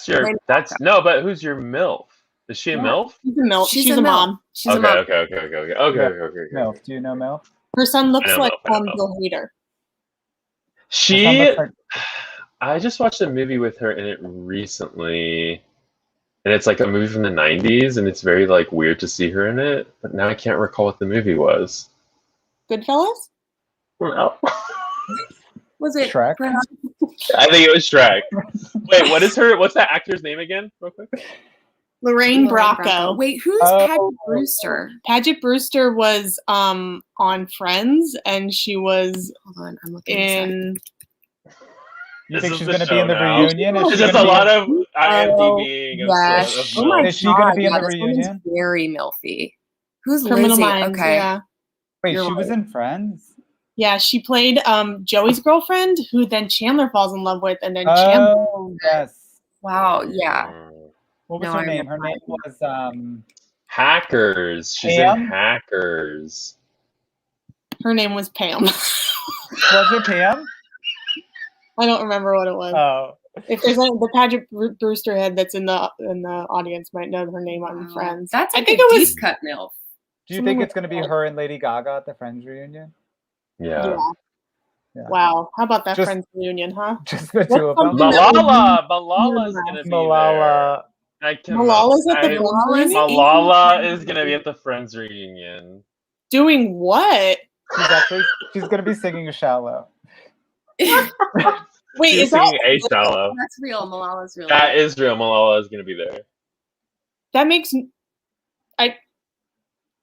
Wow. Okay. And that's our show. And that's our show. Kelsey's You pissed. can't top that. That's You can't top that. James Corden and Malala in the same reunion And special. Lady Gaga. And Lady Gaga, but she's everywhere. She's everywhere. Yeah. She's Gucci. She's Yeah, I don't everywhere. know Deborah in The Sopranos. Iannucci. You know Deborah and Deborah in The Sopranos. No, I don't. All right. Well, I guess we should start the show. Oh, she's yes! Wow. She's the Okay, everyone in the chat has my exact taste in FBI women. person. Wow. Okay, I yes, love that. We Lady love Gaga AHS. Lady Gaga AHS is very good. Hotel? Very good. Hotel. And she's also in My Roanoke Nightmare. Yeah. But Hotel, so But good. Hotel. But Hotel. But her and Kathy Bates, they're together Kathy Bates a is a lot. MILF. Kathy Kathy Bates is milf. a MILF. Kathy Bates milf. Kathy Bates. Strong sexual energy. Kathy Bates in AHS. I'd let her hobble me. Carnival. Wait, if you haven't, I know I talk about it a lot with you all, but Kathy Bates in 6 Feet Under, she's really good. Very good. Bettina. Okay, well, I guess we have to do improv now. But honestly, I wish that show was just this for We'll an keep hour. talking about MILFs. With the audience, I think the audience would probably MILF hour? more. I think the audience will like it. This is what. Chat, would you, if you want us to keep talking about MILFs and TV, we Or will should do we that. should we start our separate show? That's the Hair and Queer live chat. MILF The hour. sexuality is largely based on my love of MILFs. Okay, well, Is this so yours? is mine. Okay, yes. Oh, This is a- like No. DILFs. No, yeah, I have a younger sibling who loves DILFs, and so that is Triggering. I feel like Dilfs DILFs are big. They're not big. No DILFs. So they are big, but yeah, this hour is about MILFs. It's not about DILFs. Yeah. Yeah. Okay, another MILF I love is Jennifer Beals' character in The L Word. She's a Oh, she's yeah. a mom. Yeah. Okay. So Okay. I like Okay, here's the stern, MILF. Okay. like Here's the stern MILF. women. Go This is a off. MILF Go off. This is a MILF from like young Kelsey. Okay. Like Yeah. I Roseanne Barr. loved. No, but I did like Aunt Jackie. I loved Deborah on Everybody Loves Yes. Raymond. Ah, There it is. She- There it is. She is a There it Republican. and she's like MILF. She Yeah. is milf. That's like capital M MILF. Yeah. That's capital M money. That's mommy. That's mommy. MILF. Mommy MILF. MILF mom. Yeah. How about her mother-in-law though? That's Thomas Gibson, Y'all I think, making was me on Google Dharma tonight. and Greg. Was he on Dharma and Greg? And also in Criminal Minds? Is this a Criminal Minds? is this if you're He Can we get a wasn't. Criminal Minds group coming through? Thomas If you're- Gibson from Eyes Wide Shut. I remember him from Dharma and Greg. Yeah, Diamond Greg. He's a DILF. He's like young DILF. Is there a lot of Criminal Minds fans in the audience? Press 4 if you're a Criminal Minds fan. Yeah, press 4 if you're a press Criminal 4 if Minds you're a fan. Criminal Minds For fan. Criminal Minds. This is so sick. I love this. Yeah. Well, everyone's saying yes, but you need to say 4. Okay, here's Okay, the 4s. thank Here's you, the 4s. thank you. Here's the 4s coming through. 4s are coming through. Because when you say yes, it's like, I don't know what that means. But when you say I know what 4, Criminal Minds is about, but I can guess. criminals in their minds. Yeah. Yeah. City Confidential. I don't know what that is. Was on A&E. That was on A&E. Okay, it's on A&E. Famously. An American documentary television show transmitted on the A&E network. It says transmitted on the A&E network. That is Wikipedia. Wow. That's back then they were used to be transmitted. Back then they were transmitted. Like a virus. Like a virus. All right. It was Well, like very it's time to do some improv, huh? Yeah. We keep putting it off. We do keep putting it off. Let me take a sip from my cup and my really long metal straw. That is so long. What does it say? What does it say? My loneliness is killing me. Oh, beautiful, beautiful. Nice. Mm-hmm. You have I mean, MILF. Speaking of MILFs, yeah. Thank you. I could be a DILF if I wanted. Yeah. You could be. You really could be. And I could be a MILF if I were wearing makeup, you guys. Kelsey's a MILF. Thank you. Kelsey's a MILF, right? I've been a MILF since I was very young. Yeah. I got big MILF energy. Yeah. Yeah. So you get that MILF money. You got that MILF money. See? Look at that tit right now? It's because it's a deep V. Oh my God. You showed it. Yes, I like gender's Like, arbitrary. oh, Gender's a construct. Yeah. Sorry, everyone. Banned. My saggy 33-year-old tit is gonna get you guys banned. Sorry about that. I've never heard of a filth. What's that? A friend I'd like to fuck? A father? A frog? Ever heard of A freak? freak? Fishes I'd like to fuck. Kind of like a Dory situation. Yeah, kind of like Dory. Dory is basically if you date flounder. Well, what's his name? The one with the scar in the fish tank, played by what's his name? He's like the fish that we'd like Willem to fuck. Dafoe. Willem Dafoe's fish. Shape of Water. Shape of Water. Wait, if you date Dory, it's basically 50 First Dates. That movie. Yes. They should remake 50 First Dates with Dory. They should remake it And with keep Dory. Adam Ellen Sandler. has time now. Yeah. Hey, Ellen. Hey, Ellen. Hey, Ellen, you have time. You have time. Yeah, 2022. Scar from Finding Nemo. The fish from Barbie. I don't know what that is, but yeah, the fish from Barbie. The fish version of Aaron Hotchner. I don't know who that is. Y'all are We don't know who that is. Damn. Oh my god. I did know Thomas Gibson, though, and I think that I deserve some sort of credit for that. Oh, Aaron Hotchner is Thomas Gibson on Criminal Minds. Oh my god! It's coming. It's full circle. Wait, I love the chat. That is too fun. You can't leave us, How chat. old do you think we are? I don't know. I'm scared. I think the chat is like Honestly? 18. Yeah, I was gonna say like 18 or 19. But 18 and into Criminal Minds? Yeah, Oh, they're yeah. home. They're watching like shows that Oh are yeah, when you're at home and you're watching shows, when you're a young one. When you're at home watching shows. Yeah. Was I right? I bet Sophia? one of them's like 28. I bet one of them's 28. I bet one of them is 42. How did y'all find out about this show? Our show, not Criminal Minds. Yeah, about our show. Who knows? Yeah. Who knows how you find out about Criminal Minds? Or who knows? I don't know. Okay. Alright, I we was should- curious, but I don't know. I found it. Just real quick in the chat, people who are fans of Criminal Minds, are you also fans of Rizzoli and Isles? yeah, is there any crossover? Feels like a Yeah, lateral. Angie Harmon's a MILF. Yeah. And then that other The chick other who I redhead. think was on. Lorraine Bracco. What's Was that her name? Lorraine Bracco is Angela Rizzoli. Oh, No. she's the Yes. mom. I'm Okay, looking nobody at the knows. Wikipedia right now. Nobody knows Kelsey. Okay, sorry. Wow, I was out of my. Mm-hmm. You took a you reached too far. Wait, but Lorraine is in Rizzoli and Isles, right? We all heard me say that. That sounds like Lost Gas. not right. It's true. Papa pasta. Okay.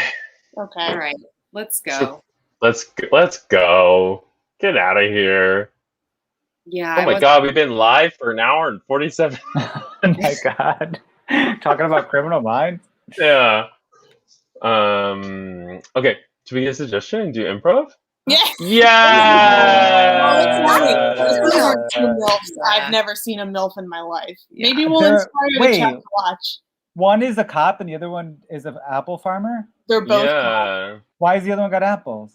No, one is like the one who Michigan. works at the morgue and like does the CSI kind of stuff, I think. Yeah. They are hot. They are. With the I think handcuffs, Angie like, Harmon is also a dangling. Republican, though. Yeah. No. Ugh. You Why are can't have Republicans anything. so hot. Yeah, you really can't have anything these I days. feel like the Venn diagram of MILFs and Republicans, there's a lot of overlap. What's her Yeah, name? unfortunately. McPhee. That sucks. Nanny McPhee.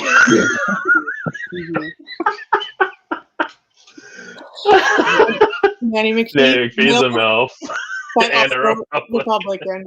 Also She's wants a to meet Tory. best welfare. Oh my God. Yeah. Sad. That is sad. Well, let's go ahead and get a little suggestion from anyone in the chat, and then I don't know, Jorge. I don't know if we want to still do a full 22-minute first set. Yeah, I think like eat into the time we've already been. Yeah. Yeah. So we a little behind the curtain for y'all. We were gonna do a long set, and now we'll just do a little baby one before we take a little intermission. Where we And then we'll talk about MILFs more. Yeah. We will talk about MILFs more. But What right is now it's DN? Do we support Yeah, DN? we don't know. Do you know DN? We No. don't. I don't know DN. If you can decipher it in the chat for us, that would be helpful. Yeah. Do we support DN? We don't know what If that it's, is. if it's something like controversial, Okay. I support. I support. support DN. Yes. I know. We all thought it was something political that we were about to be like. Yeah, I was like, don't make me go deep on Israel Palestine tonight, please. Please. Oh my God, you guys want Okay. to know about my Something about Candace, and then we have to do improv. Yeah, we have because to. People are begging us for it. We have a contract. We want to know something about your friend Candace. That's really cool, though. Yes. What is it? She an extra on Criminal Minds. These nuts. Something about these nuts. Yeah. Candies nuts. These nuts.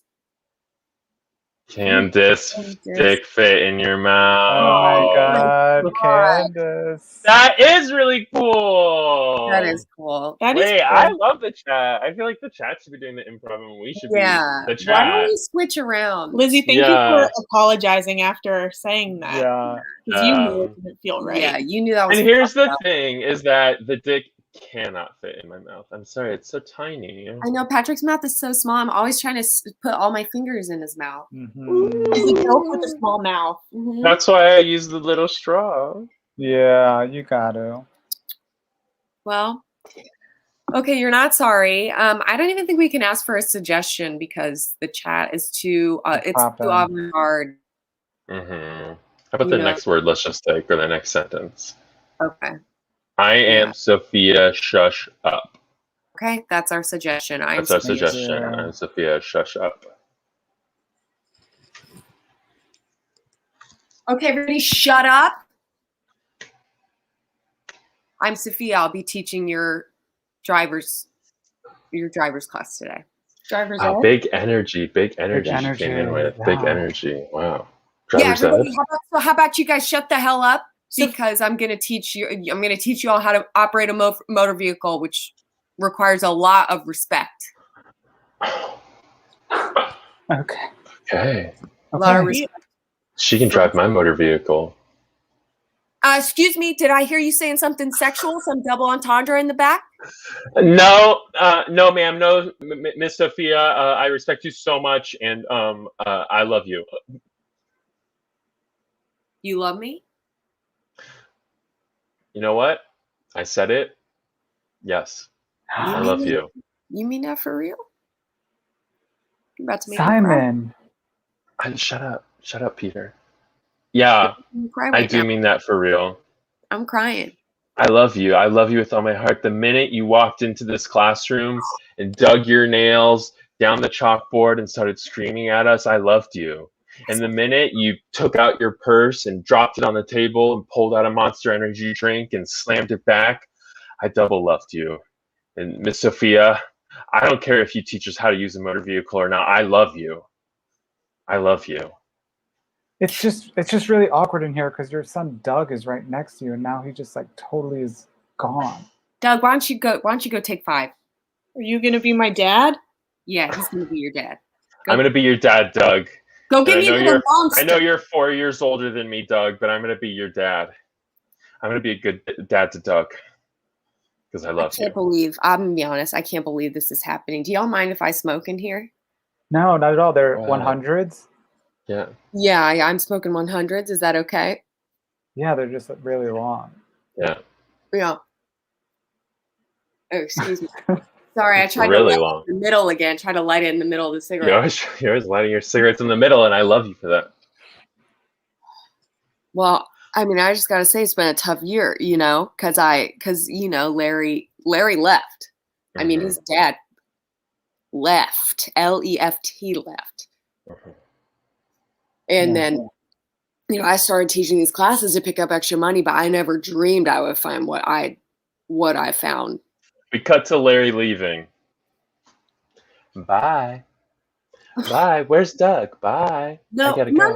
no. I got my bags. My bags are packed. No, let's talk about this, baby. Let's talk about this. Bye. What's there to talk about? I packed my bags. They're Where are you full. going? Go Bye. get the I'm monster. going. I'm leaving. You need to train him better to get you monsters faster. But that's not me anymore because I've packed my LVs, Louis Vuittons. Ring, ding, and, ring, ring, ring, ring, ring. and that's my phone. Hello? Larry, we need you down here. It's the lube.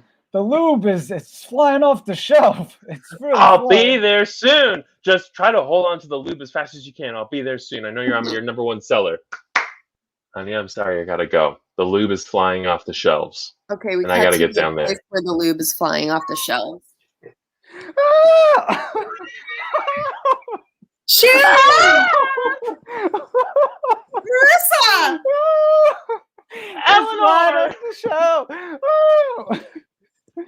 Tatiana! Christina! Hey, y'all. Bailey! The tornado's taking the lube right off the shelves. Dorothy! Dorothy! Lydia! Glenda the Good Witch. Toto. Welcome. The tornadoes brought you a long way away. My, look at all of you women. You look like you're covered in something. Welcome. I'm the mayor of this town. Hi, it's nice to meet you. Zoop! Oh no, Miranda! Oh, Miranda's flying down that road. Whoa, Miranda! She's flying down the yellow road. She's flying. Miranda's showing foot. Crazy. Oh my God, you guys have 2 minutes in this town and you're showing foot? You're going to be quite popular around here, I'll tell you that. Hey, nice to meet you. Whoa! Whoa! No! Right down the other road. Oh. I'm sorry, I haven't been able to introduce myself as my friends are slip sliding down. I'm Jessica. Jessica, nice to meet you. Whoa! No. We prepared a whole song and dance for all of you, but you're flying away. Well, goodbye. I guess we'll keep that song for the next group of people that fly in. Where'd they go? Well, they all went down the road. Everyone come out. Song's over. We're not doing the song this time. Everyone get out of the flowers. Come on, let's go. Okay. Yeah. They're not. We can't do the song. The songs. They all went down the road, so But they're Kevin's gone. been working on his rap for so long. Kevin, come on. Kevin, you can do the rap. Kevin, you can do the just do rap. it just for us. Kevin, do your rap. Kevin, do the rap.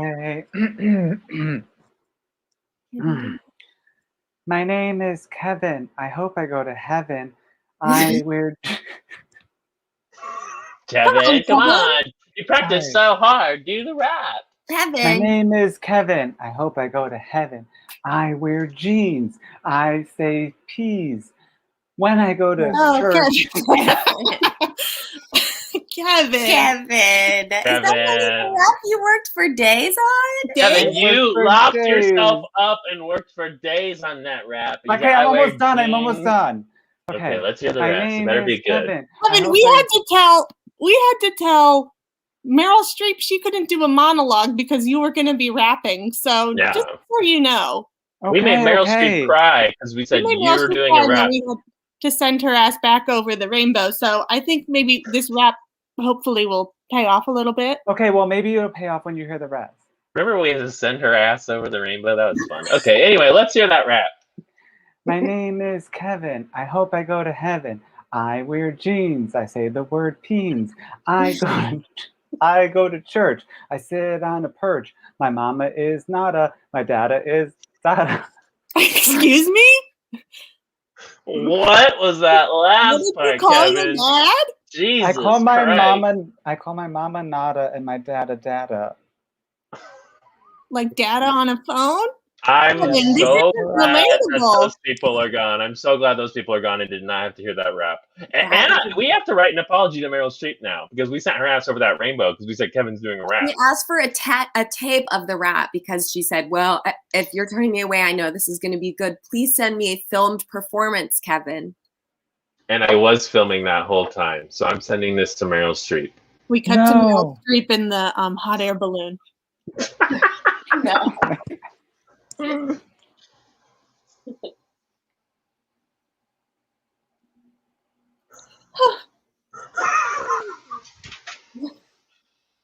That Meryl Streep up in that hot air balloon? I think it might be.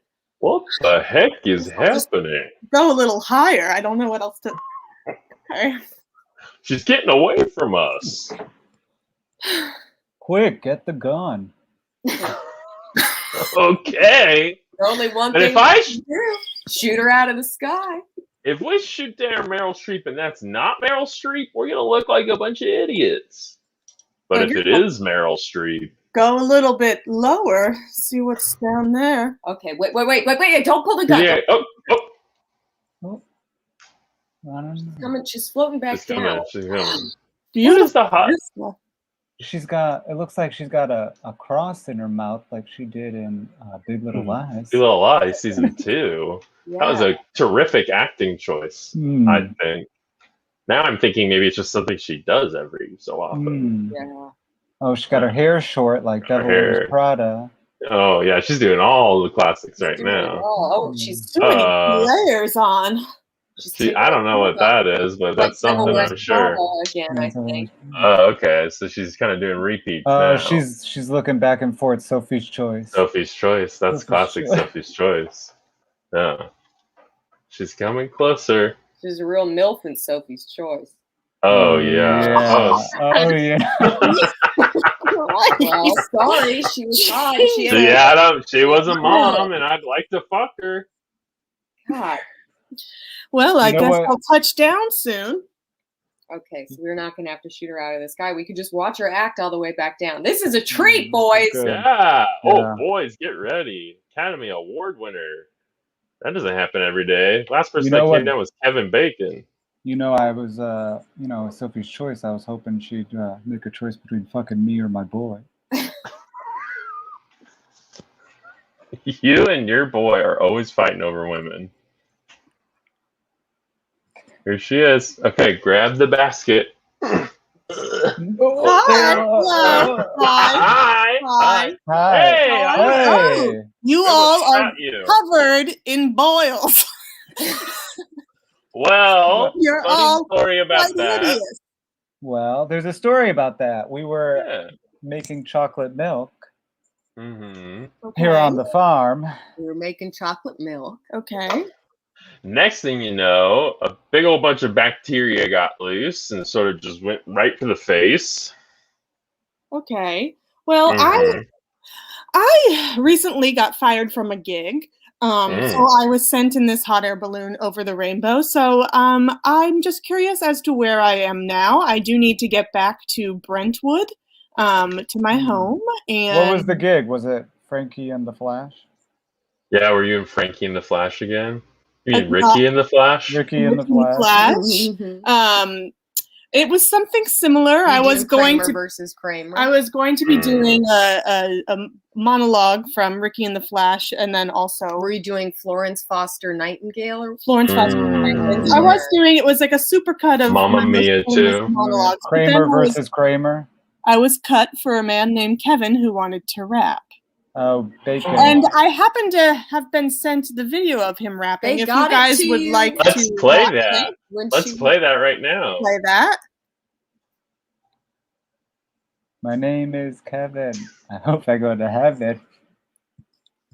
I wear jeans. I say the word beans. I go to church. I sit on a perch. I call my mama Nada. I call my dada Dada. There's more lyrics. Oh, he killed himself. Well, I wish that I didn't have to see that happen. Bugs are cool. My dog likes to drool. I wear stickers. I watch some flickers. I went to the mall. I bought a ball. Fucking homo should not be allowed to rap. That is absolutely horrible. And I've been in a lot of horrible. Is anyone around to hear me speak anymore? That man killed himself and everyone fluttered away. I once We cut to Brentwood. Meryl, where have you been? Oh. We've been working on Mamma Mia 3 for months now. Where have you been? I'm so sorry. I had to commute back. I was put into a hot air balloon and dropped off somewhere south of Tulsa and somewhere north of Austin. So it took me a little bit of time to get back to Brentwood. How's everyone doing? What am I missing here? Well, she doesn't know who her fathers are again. So Mamma Mia 3, we're really scraping the bottom of the barrel for the ABBA songs, and we're also using some of the same ABBA songs again. Okay. Yeah, Amanda Seyfried's right there, right next to you, if you can see her. we cut to a new audition room really fast. Okay, Meryl. Meryl, I'd like you to read. This is really important to me. This is sort of a passion project close to my heart. Sure. It's called Undercover Operation. Got it.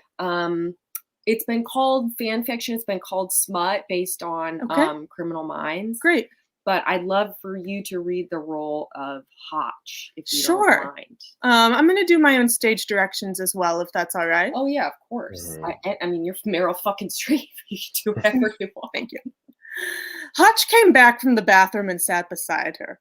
Okay, when we land, JJ, you and Reed go to the precinct and start working on the victimology and the geographical profile. So good. Also, see what you can do to stop this name the media gave him. Reed, see if you can find a pattern to help us find where he's going to attack next. Was that good? Did we like that? Yeah. That was really good. I thought that was Did you all like that? That was really good. Now, I'm sorry, I'm getting lost in it now. I'm about to burst. Yeah, I'm reading this. I'll just I want to skip ahead. Maybe something a little juicier. Here we go. Okay. I have a good one. Here we go. My breasts, Hotch. Touch my breasts. She said at the same time her hands left his neck and rested on his thighs, caressing them through the denim while her hips bounced more provocatively against his groin, making him groan. Very good. His hands made their way up to her chest and cupped her breasts, winning a low moan from her. Very good, Meryl. That's perfect.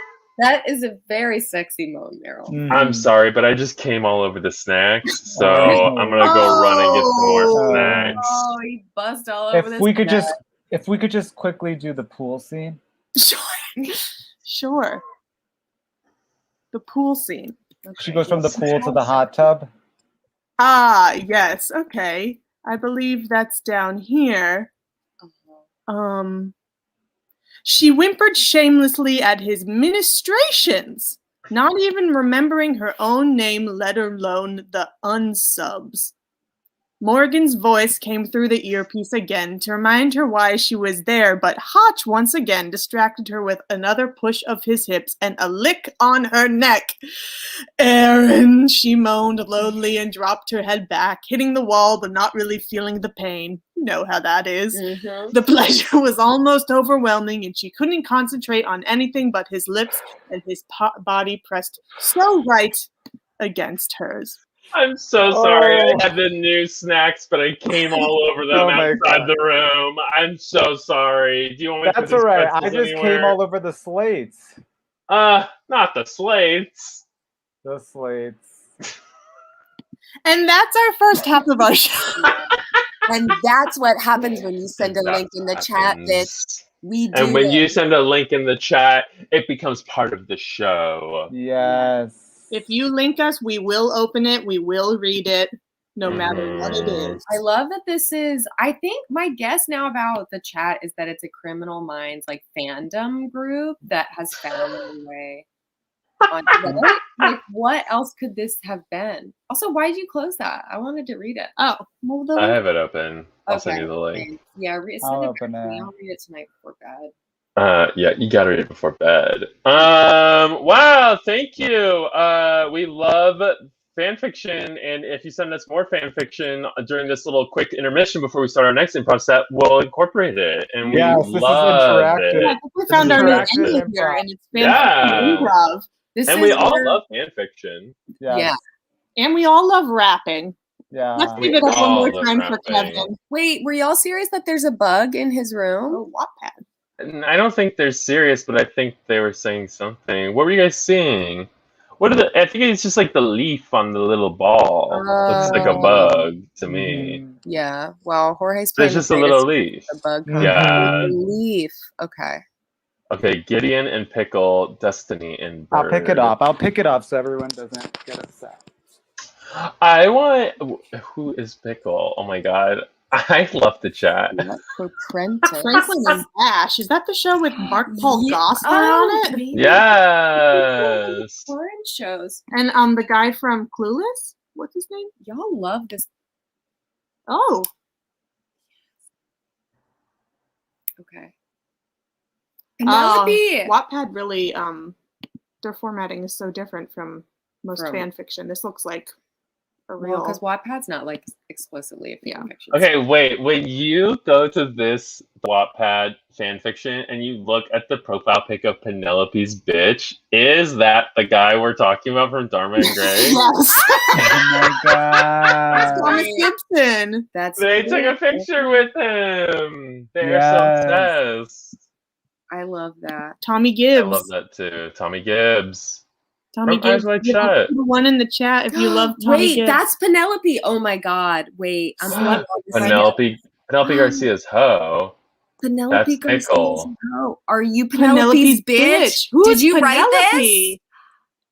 Wait, is Pickle a Mary Sue? I'm really trying to figure this out now. Yeah. That seems, well. I'm so into this. Pickle is Desdes. Oh, I'm Pickle. Oh, okay. I'm Pickle. I love our chat. I'm so obsessed with them. I'm so glad you guys found us. Yeah. I know. Wait, and that we found you. Yeah, we found fan fiction.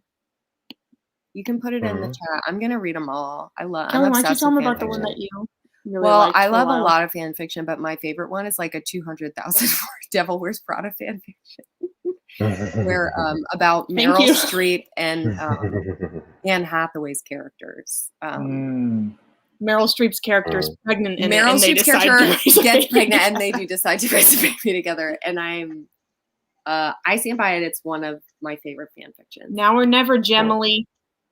Remember Gemily. Gemily. Is this Bones? Y'all Bones fans? Yeah, y'all like Emily and JJ are best friends. They are comfortable as ever with each other, and everyone knows that they are forced to reckon with. Wow. Emily knows she is Oh, gay. now I'm familiar. Now I'm in. JJ thought she was gay as a young adult, but her parents convinced her she was wrong. This is Criminal Minds. Oh, it's all Criminal Minds. Okay, I need to. All Criminal Minds.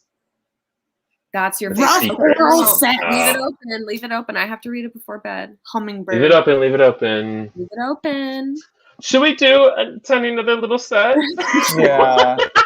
Let's do another little Leave set. the rough oral sex fan open. If you want us to do a live fan fiction for you, tell us what world. Yeah. I'm assuming it's going to be Criminal Minds, but Oh yeah. Yeah, that's fun. We could do a live one. I don't know any of the characters. Oh my God, Doug. Doug. Okay, let's do it. Fuck you, Uncle Okay. Panda. Thank you, Uncle Panda. That's beautiful. Are you going to do it, Yeah. Doug? Okay. Thank you, Doug.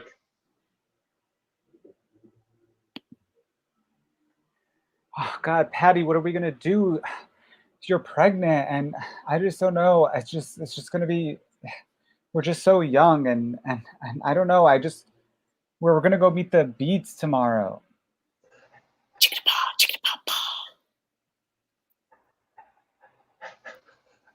Yeah. Pork chop. I'm gonna have to Google some characters. Your Doug's love interest. Yeah, Doug. Okay, so we're pregnant. I'm gonna get rid of it, so it's not even like it's a big deal. I've basically already had like 8 abortions. Wait, who'd you have With the other abortions Roger? with? With Roger? Yeah, with Roger.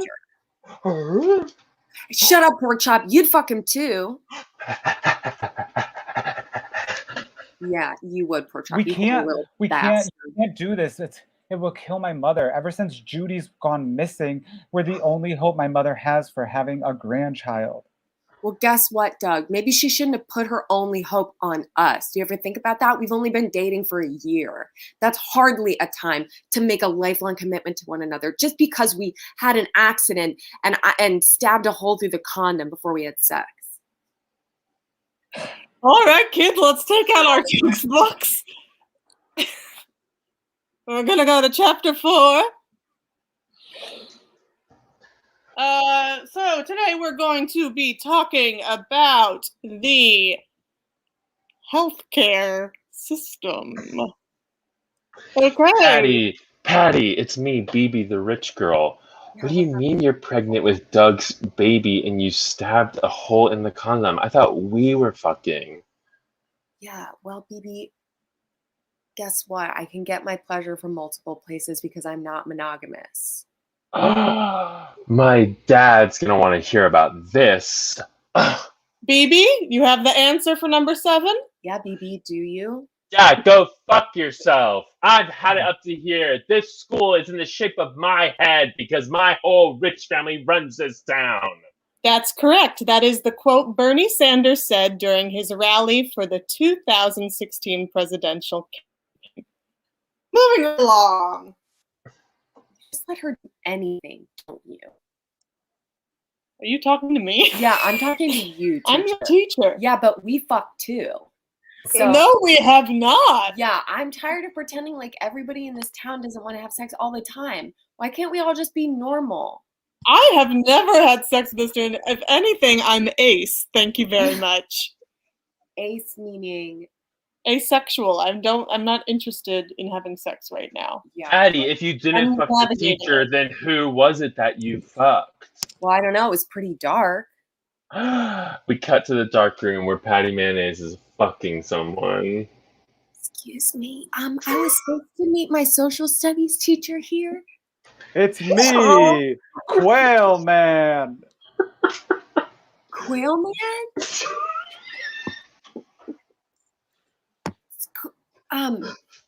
Excuse me. I'm sorry. I was supposed to meet my social studies teacher here. I'm not really interested in having sex with Quail Man tonight. I'm just going to find the doorknob and get out of here. That's not the doorknob. Oh, yo, yo, yo, yo, I've done it again. I was looking around for the doorknob and I grabbed a penis. Oh, brother. Just another Friday night for Patty Mayonnaise. We cut to the cafeteria the next day. Patty, tell us about what you did yesterday. You were supposed to come over after school. Yeah, where were you, girl? We all were doing the homework together. No, can I be really real with you for a minute? Yeah, of course. Yeah. Of course you can be real with us. We're your best I'm friends. sorry, I forgot to get my my cup. Yeah, get your cup, girl. Get your cup, girl. Girl, get Get your your cup. cup. Get Go your put the cup cup. Tell us what you did. Girl, get your cup and your cup down. What did you do? Well, I was locked in a closet and I had sex with Quail Man. You had sex with Quail Man? Sex with Quail Man? I didn't expect to want to at first. I swear to God, I was trying to get out of that supply closet. But then I touched his dick by accident and it was really nice. And I was like, okay, well, I guess I've got a couple minutes. So we fucked. Why did he want to have sex with you? Anybody That else have was any deserved. questions? No, ma'am. No, No, ma'am. ma'am. No, ma'am. You're the dom. You're the alpha. We're all your subs. So what do you think is going to happen, Patty? Are you going to have quail babies? I don't know, but I'm not confident that Quail Man will be the father that I expect. So I'm going to try to pin it on Doug. Great idea. Yeah. I got a really big knife at home, and next time Doug and I have sex, I'm going to slide it through the condom beforehand. We Good cut to Patty idea. Mayonnaise talking to the Criminal Minds guy. Miss Mayonnaise, we've gone through the evidence, and it looks Have like, you? yeah, we What's have your gone name? through it. Hatch? Hotchkiss, Hatch? my name. Detective Hotchkiss. May I call you just Mr. Hotchkiss? How about Hotch? You Can can I call me call you whatever Hotch? you like. My You're name's- the ace teacher? Or who are you? Excuse me?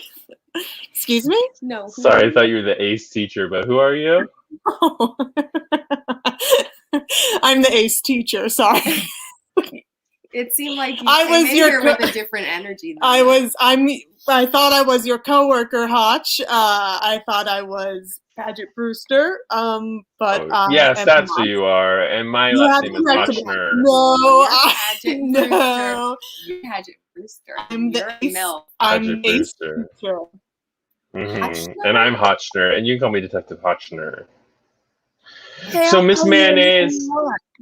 Miss Mayonnaise, like I was saying, we found your Mhm. blood all over the crime scene. Your DNA Mm. matches, and Quail Man, aka Doug Funny, is dead. Mm-hmm. Interesting. Interesting. Hotch was already dialing Garcia's number before Patty finished talking. I'd like to tell you more about it over dinner. I'd love for you to take me out to dinner. I'm quite broke at the moment. I'm gonna head out. Yeah, nobody asked you to Sorry, be I here. thought that so- it obviously go differently. So I will Okay, see you tomorrow. I'll And see you tomorrow. Good luck with the baby. Thank you. I'm Garcia, not an idiot. are you on the phone? Yes, it's me, Garcia. What do you have to say, Garcia? Lock her up. Lock her. All right, Miss Mayonnaise. I Sorry, got the couldn't word help from but Garcia. overhear your associate saying that you should lock me up, and I'm just here to say, if you got handcuffs, I'm down to clown, Hotchner. I got these handcuffs right here. Hotch leaned in and pressed her into the counter, his mouth ghosting on her ear. Have you seen the other two officers? He asked, nuzzling at her neck. Have you seen the other two officers? No. Patty shivered at his breath on her and wrapped her arms around his back. The blonde one is at the dance floor dancing with a fake boob red-headed. I didn't see What? the brunette.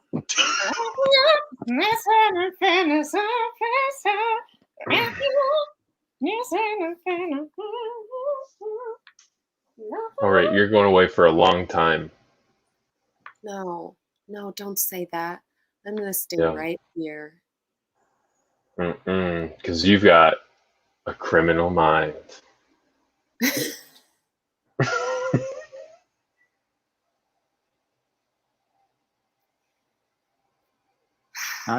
Hotch rested his hands on her bare thighs and leaned in again to nuzzle her neck.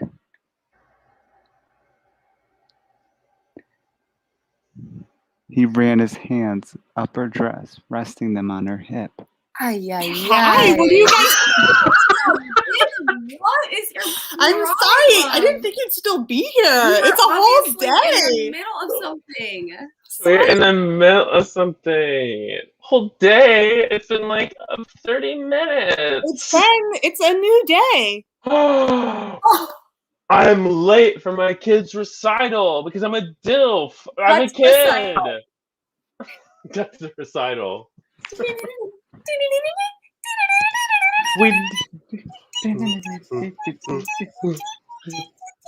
Where's your dad? I don't know. He's on his way. Your dad is so hot. I want to bang him. Your dad is a DILF. He's got such a small mouth. I want him to suck my tiny little pussy like a straw. He's so nasty. Your dad is so hot, and I know my nips are small enough to fit perfectly in his mouth like a puzzle piece. You guys have small body parts because you're children. He shouldn't be fucking children. I'm going to put every one of my tiny little fingers in his mouth, one at a time, though, because it's so small. And also, the doctor said my fingers are really small.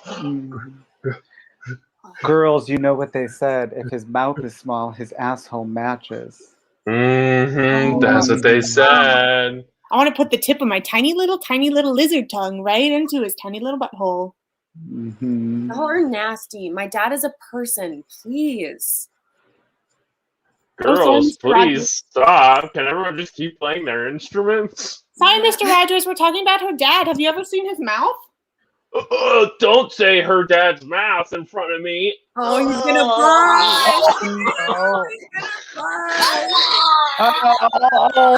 Die again! Erica! Jerica! Toto! Madaretti! Patricia! Tapiana! Marigold! Jula! Everybody loves Raymond. Oh my god, I've never seen a criminal mind scene like this before. A whole school dead, and me, my own son, dead among them. Me, Hotchner. Really sucks, huh? Really sucks. What do you say we get out of here and put these cigarettes in your tiny holes?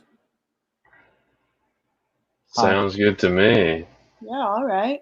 I don't have anything to do after work. Who's this bitch smiling at us? Ma'am, do you know something about this murder? Ma'am? Are you Ma'am? Ma'am? Ma'am? Get out! Get out here! Ow! What do you know? Ma'am. Oh my god, it's What do you Judy. know, ma'am? It's Judy, Doug's sister. It's been Judy all along. Dame Judi Dench, all along. You're welcome. For what? What are we welcome for?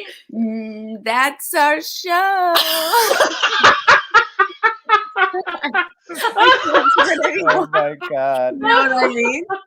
Sorry, I called the show. Oh my god. No, I called the show. Oh, wow. Emily you for really Life is called the right. show. I called the show. Oh my god. Really crazy. That was One last insane. time. Yeah, Strainy, you did come at the right time. Yeah, you did. Thank you for coming, and it was at the right time. Yeah. Like, so I feel really sad that the chat, our time together is at an end. I know. I know. How are we going to all keep in touch with the chat? Yeah. You guys gave us some good reading material, so I guess that will. I think we can maybe find Penelope's bitch. It looks like we could follow her Yeah. on Okay. Wattpad and perhaps Wattpad. they'll link Okay. up some other social Some other media. socials. My favorite website, Wattpad. I'm on there all the time. And we can see who she's following. So maybe it's some other people in our chat. Who is Steve Mhm. Damstra? Now that the show is over, I can ask. That was really. He's a film school. Oh, what? He's something about him and Paget Brewster. I don't know. Wild for that. That's Paget Brewster's husband? Yeah. Steve Damstra is Paget Brewster's husband. I feel like I'm learning. He keeps her in her so basement. much.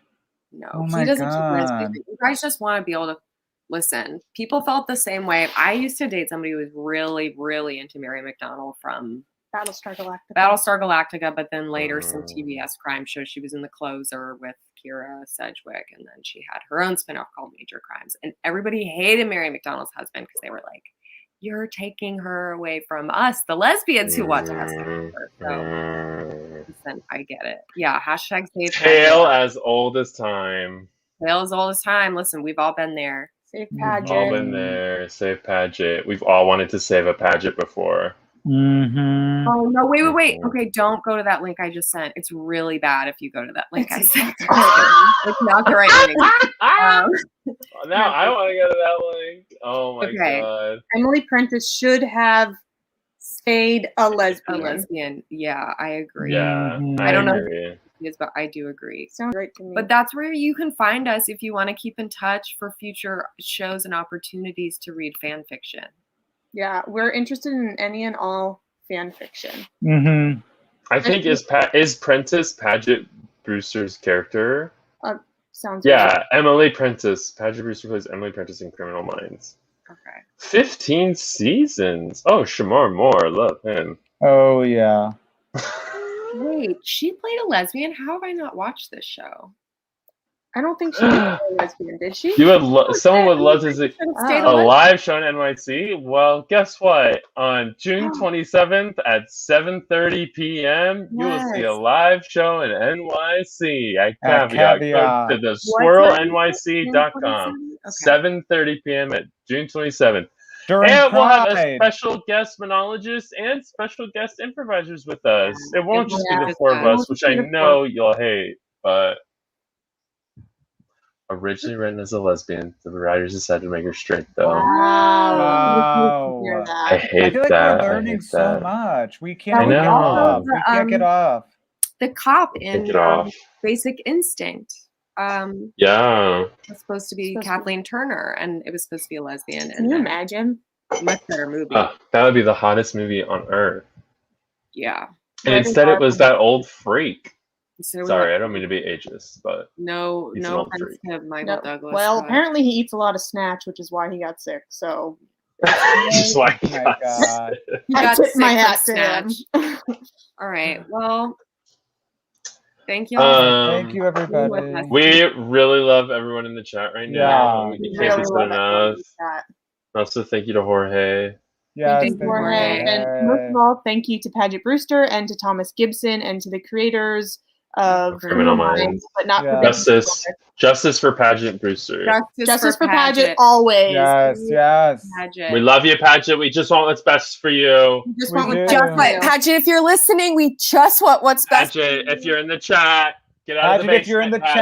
chat, type 4. Love Type you on 4 if four, you're in the, if you're in Paget. the basement, Paget. Type 4 Paget. Type 4 Paget.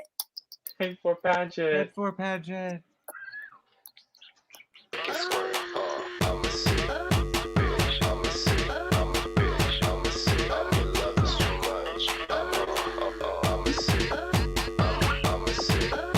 Let's go, lesbians.